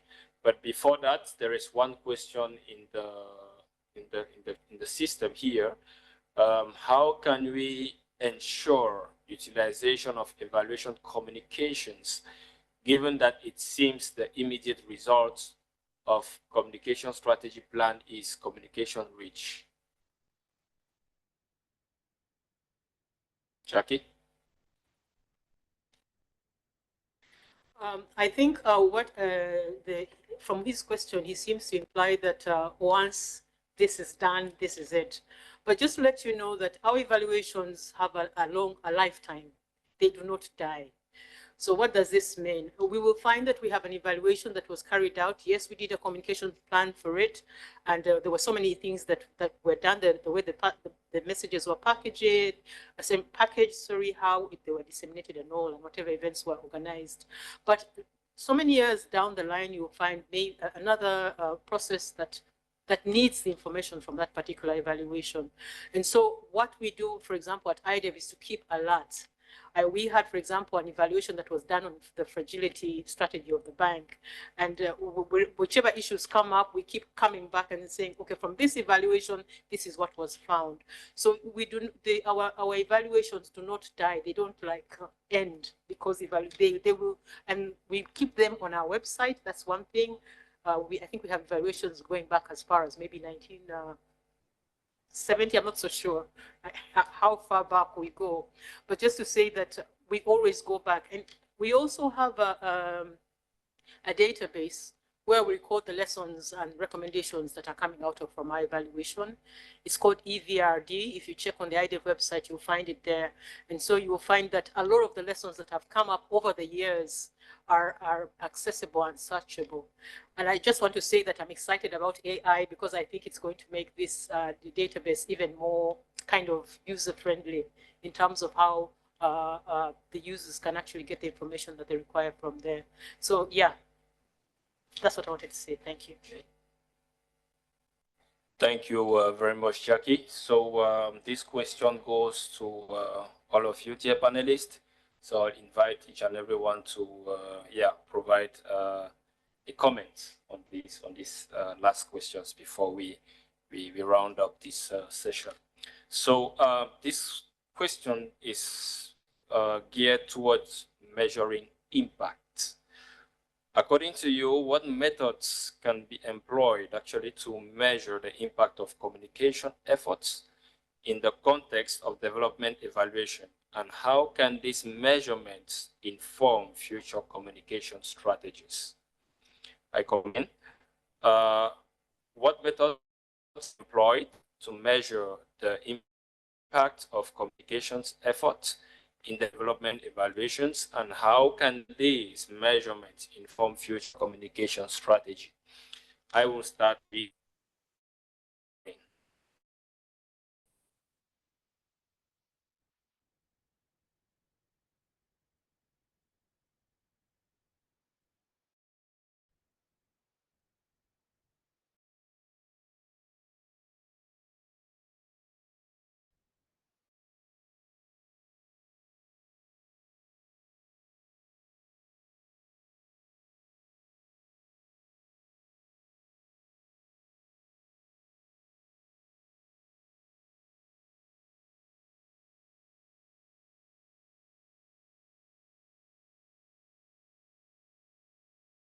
Allô, Marc? Allô?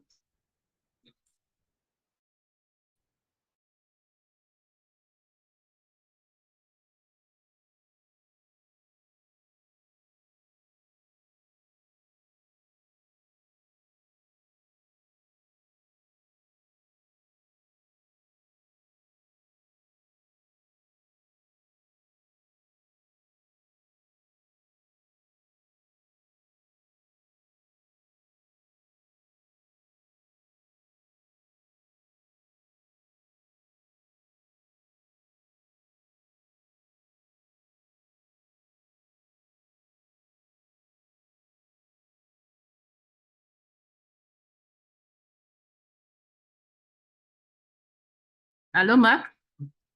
Un instant, je pense que le micro de la...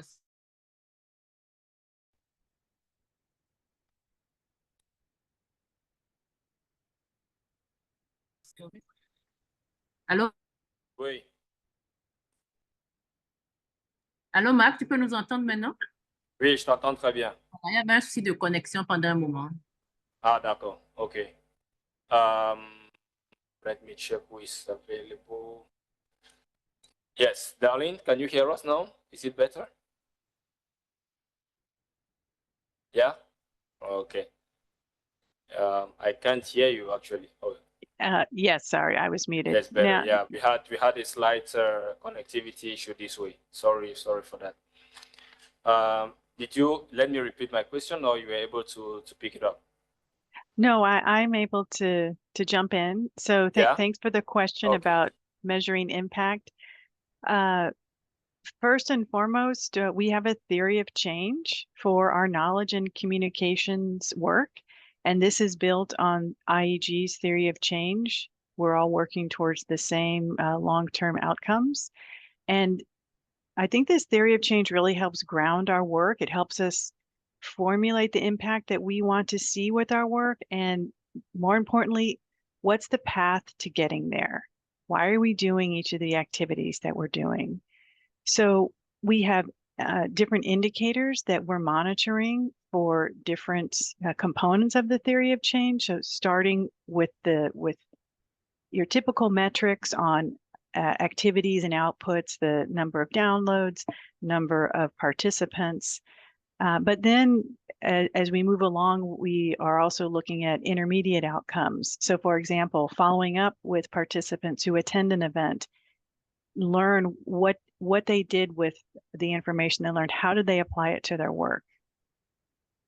Did they reach out to our evaluators? Was there further engagement, further queries that helped them with their work? And we're tracking this in a very high touch way where we're spending time to gather this information.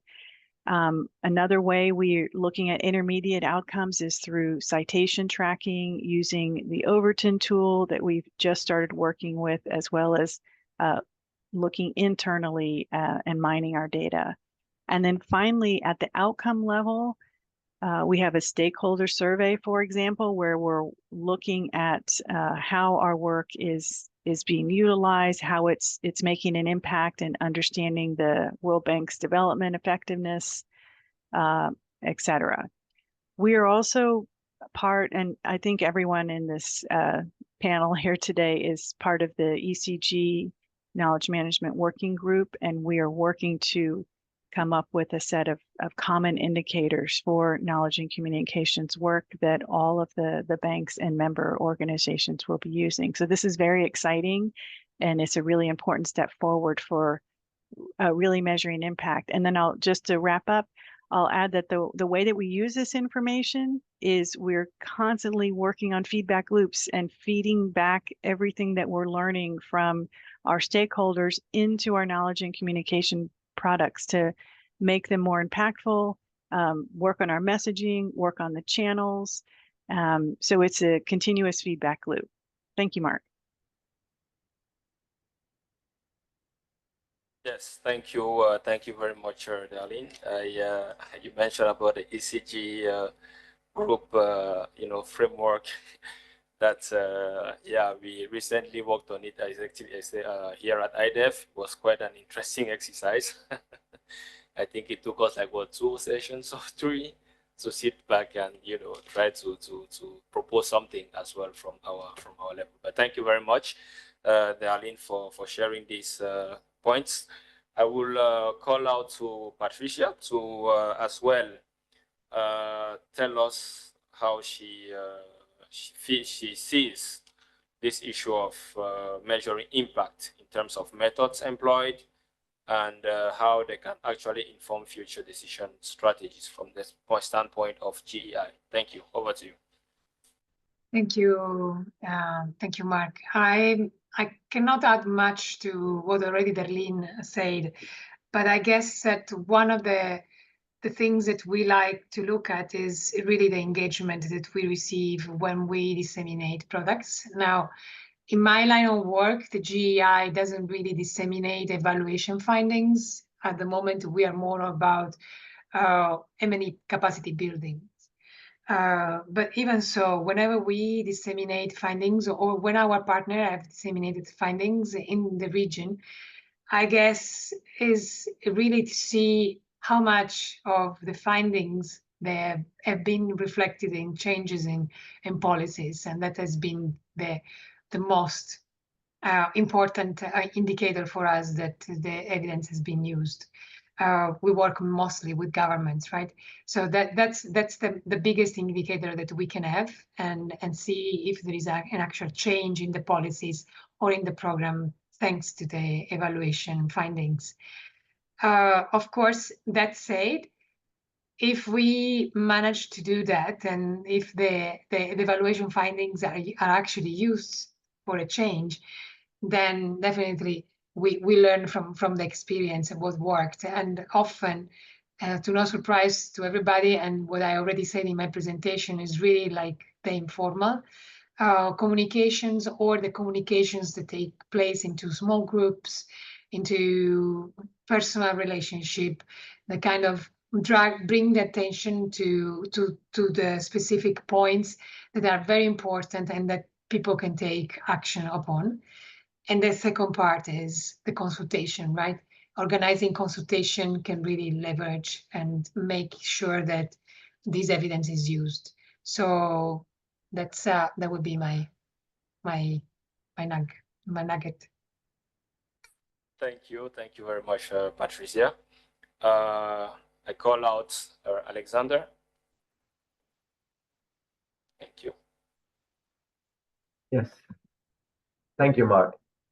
So I think for me, the key word in your question was measuring. How do you measure? And we are big believers of measuring the communication efforts that we put out there, because we believe that only by doing so we can sort of adjust and continuously strive to better tailor what we're doing. So I'm going to share with you 2 tools that we have that help us to sort of quantify and better understand the effectiveness of what we're doing. So first is a biannual communication trends report. So every 6 months we put out this communication trends report that really gives us all the data, all the statistics, the trends, and the analysis relative to all of IOE's products. So not only the standard products, so for instance the evaluation reports, but also full gamma of communication reports. So it started off as communication to all of these, extended it now to encompass everything that IOE puts out. So all of our standard publications as well.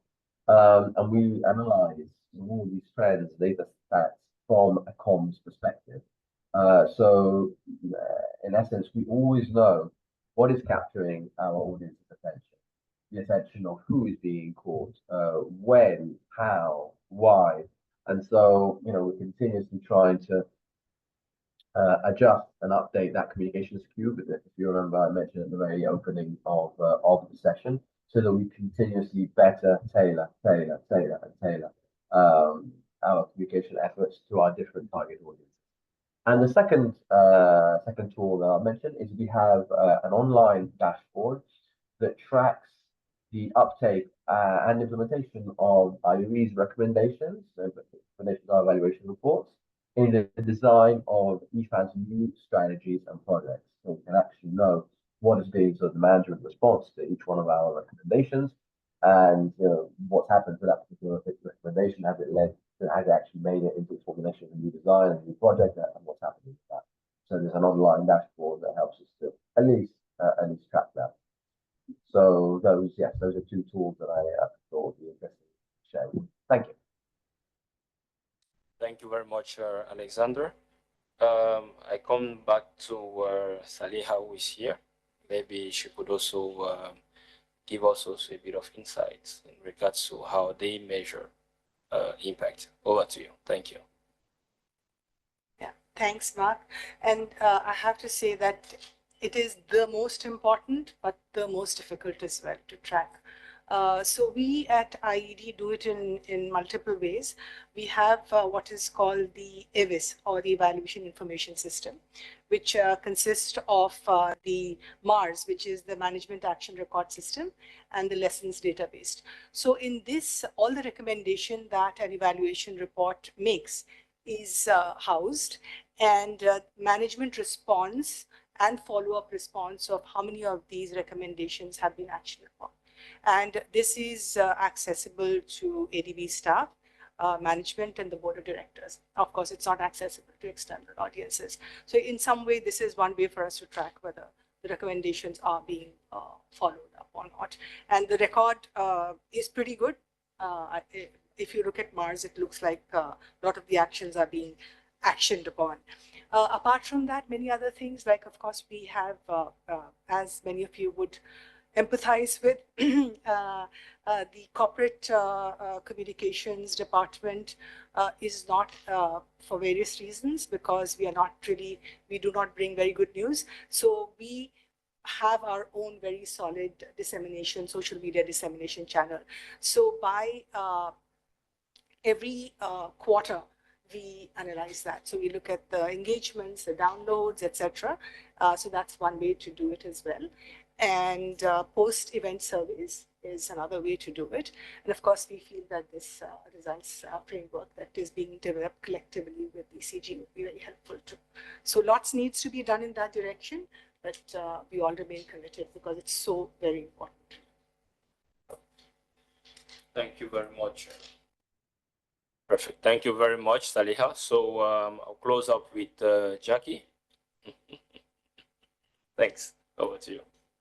Well, listening into how the others do their measurement is exactly most of what we're doing here at IDEV. Of course, being members of the ECG group, we are also, as Mark mentioned earlier, subscribing to the framework that for the theory of change that has been developed, and we come up with the indicators that IDEV should be measuring. But having said that, I already explained in my presentation some of the measures that we use. For example, we look at references in policy documents, new action plans, new projects that are being developed, new strategies, country strategies, to see if our recommendations, lessons or findings are being used. Then we also have a biannual stakeholder survey, just like Darlene had said, where we ask our stakeholders how useful they find our evaluations and what needs to be improved. And a lot of the feedback comes back into improving the way that we do our work. We also have the MARS, the Management Action Records. So it's just saying that we're basically doing most of the more similar kind of measurement. Like you said, it's not very easy, but we make good progress. Yeah, thank you.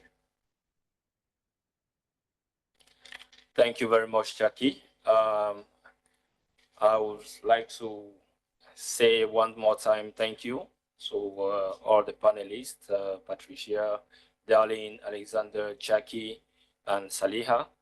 I guess the discussion was really insightful and informative.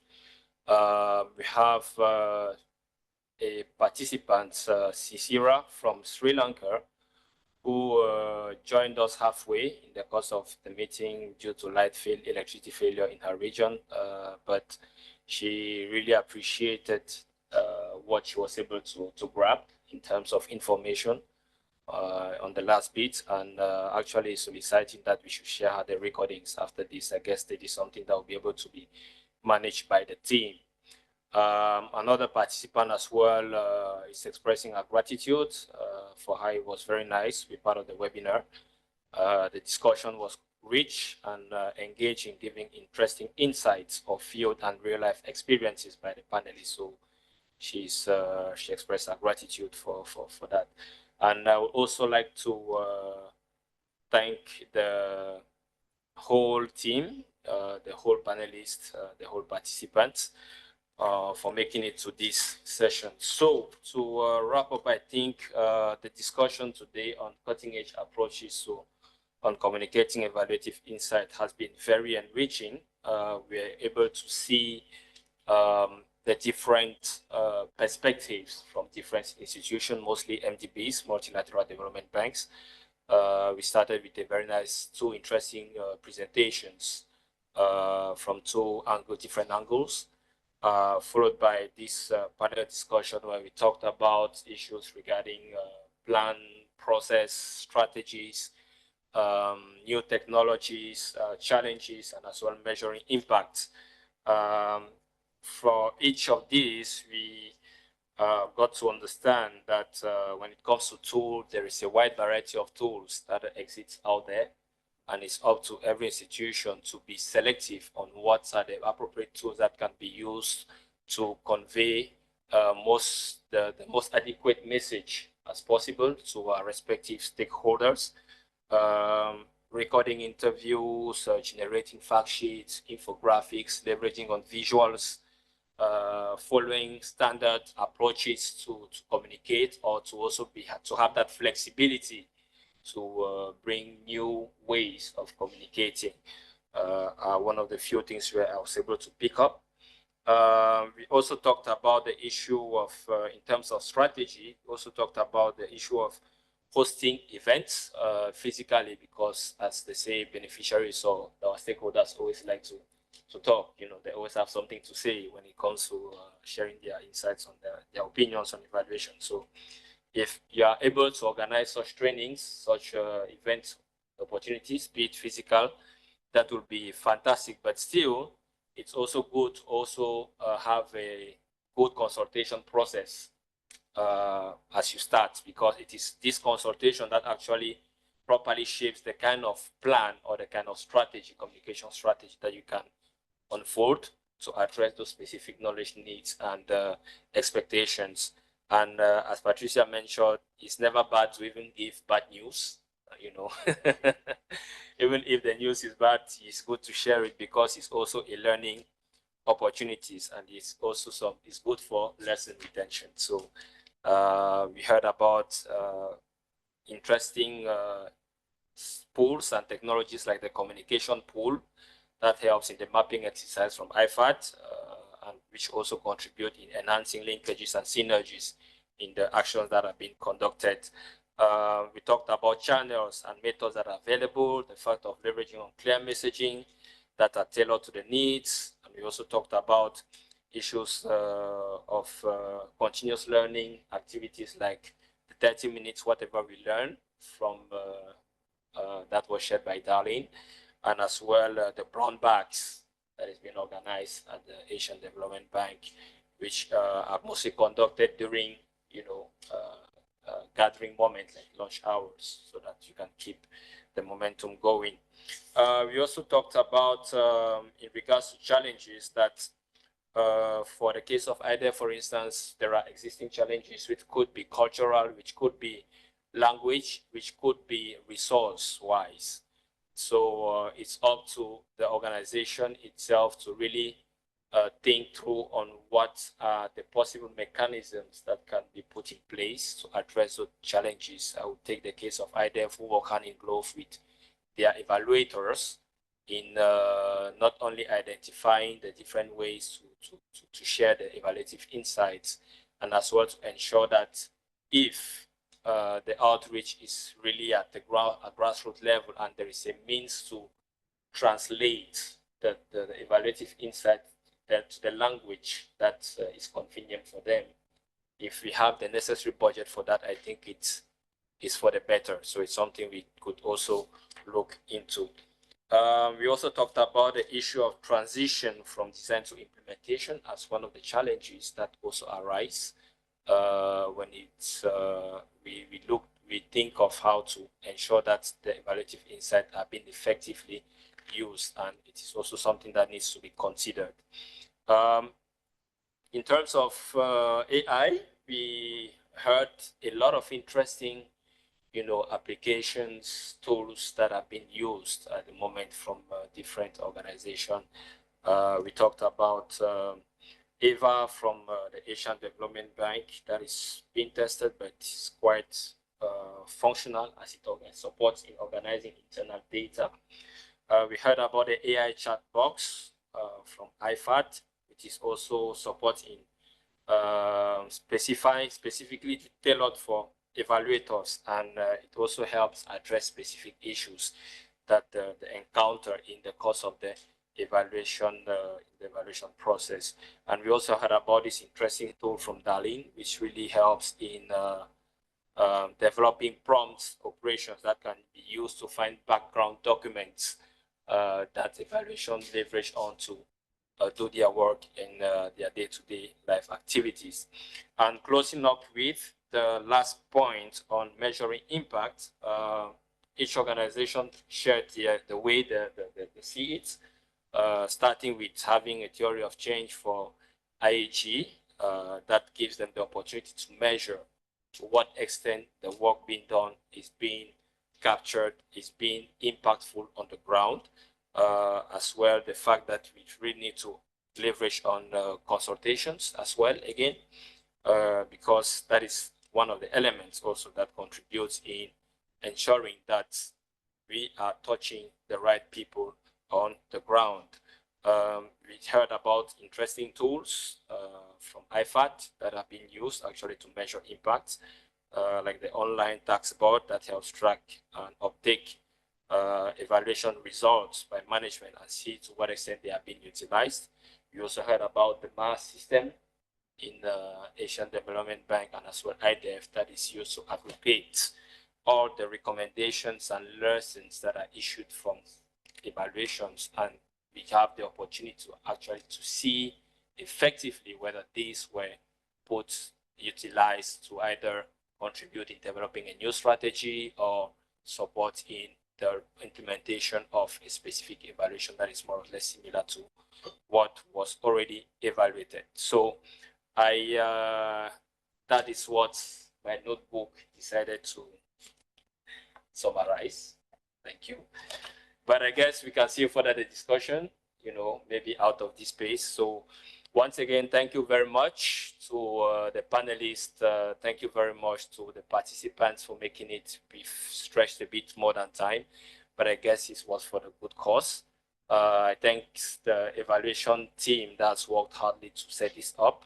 It wasn't easy, but the ball is rolling, so we'll get there.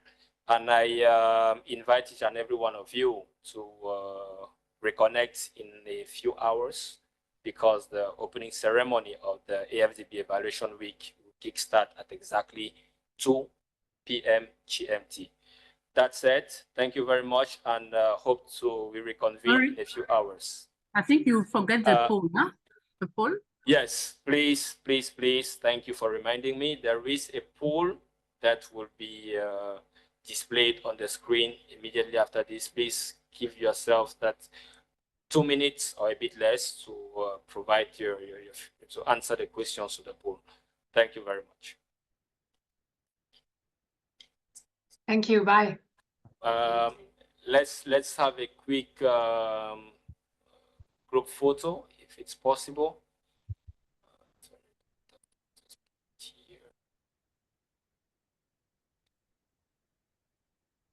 Yeah.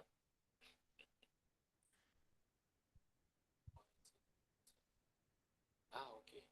Those that panelists cannot vote. Okay, it's not for me.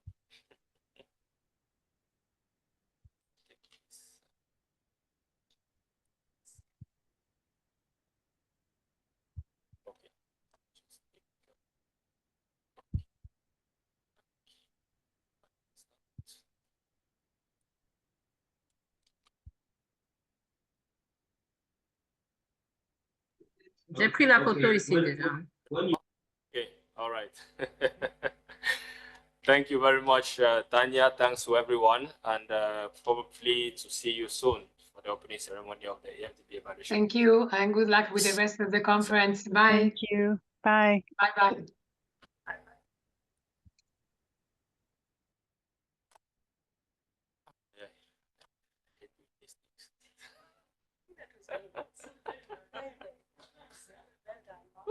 This thing is crazy.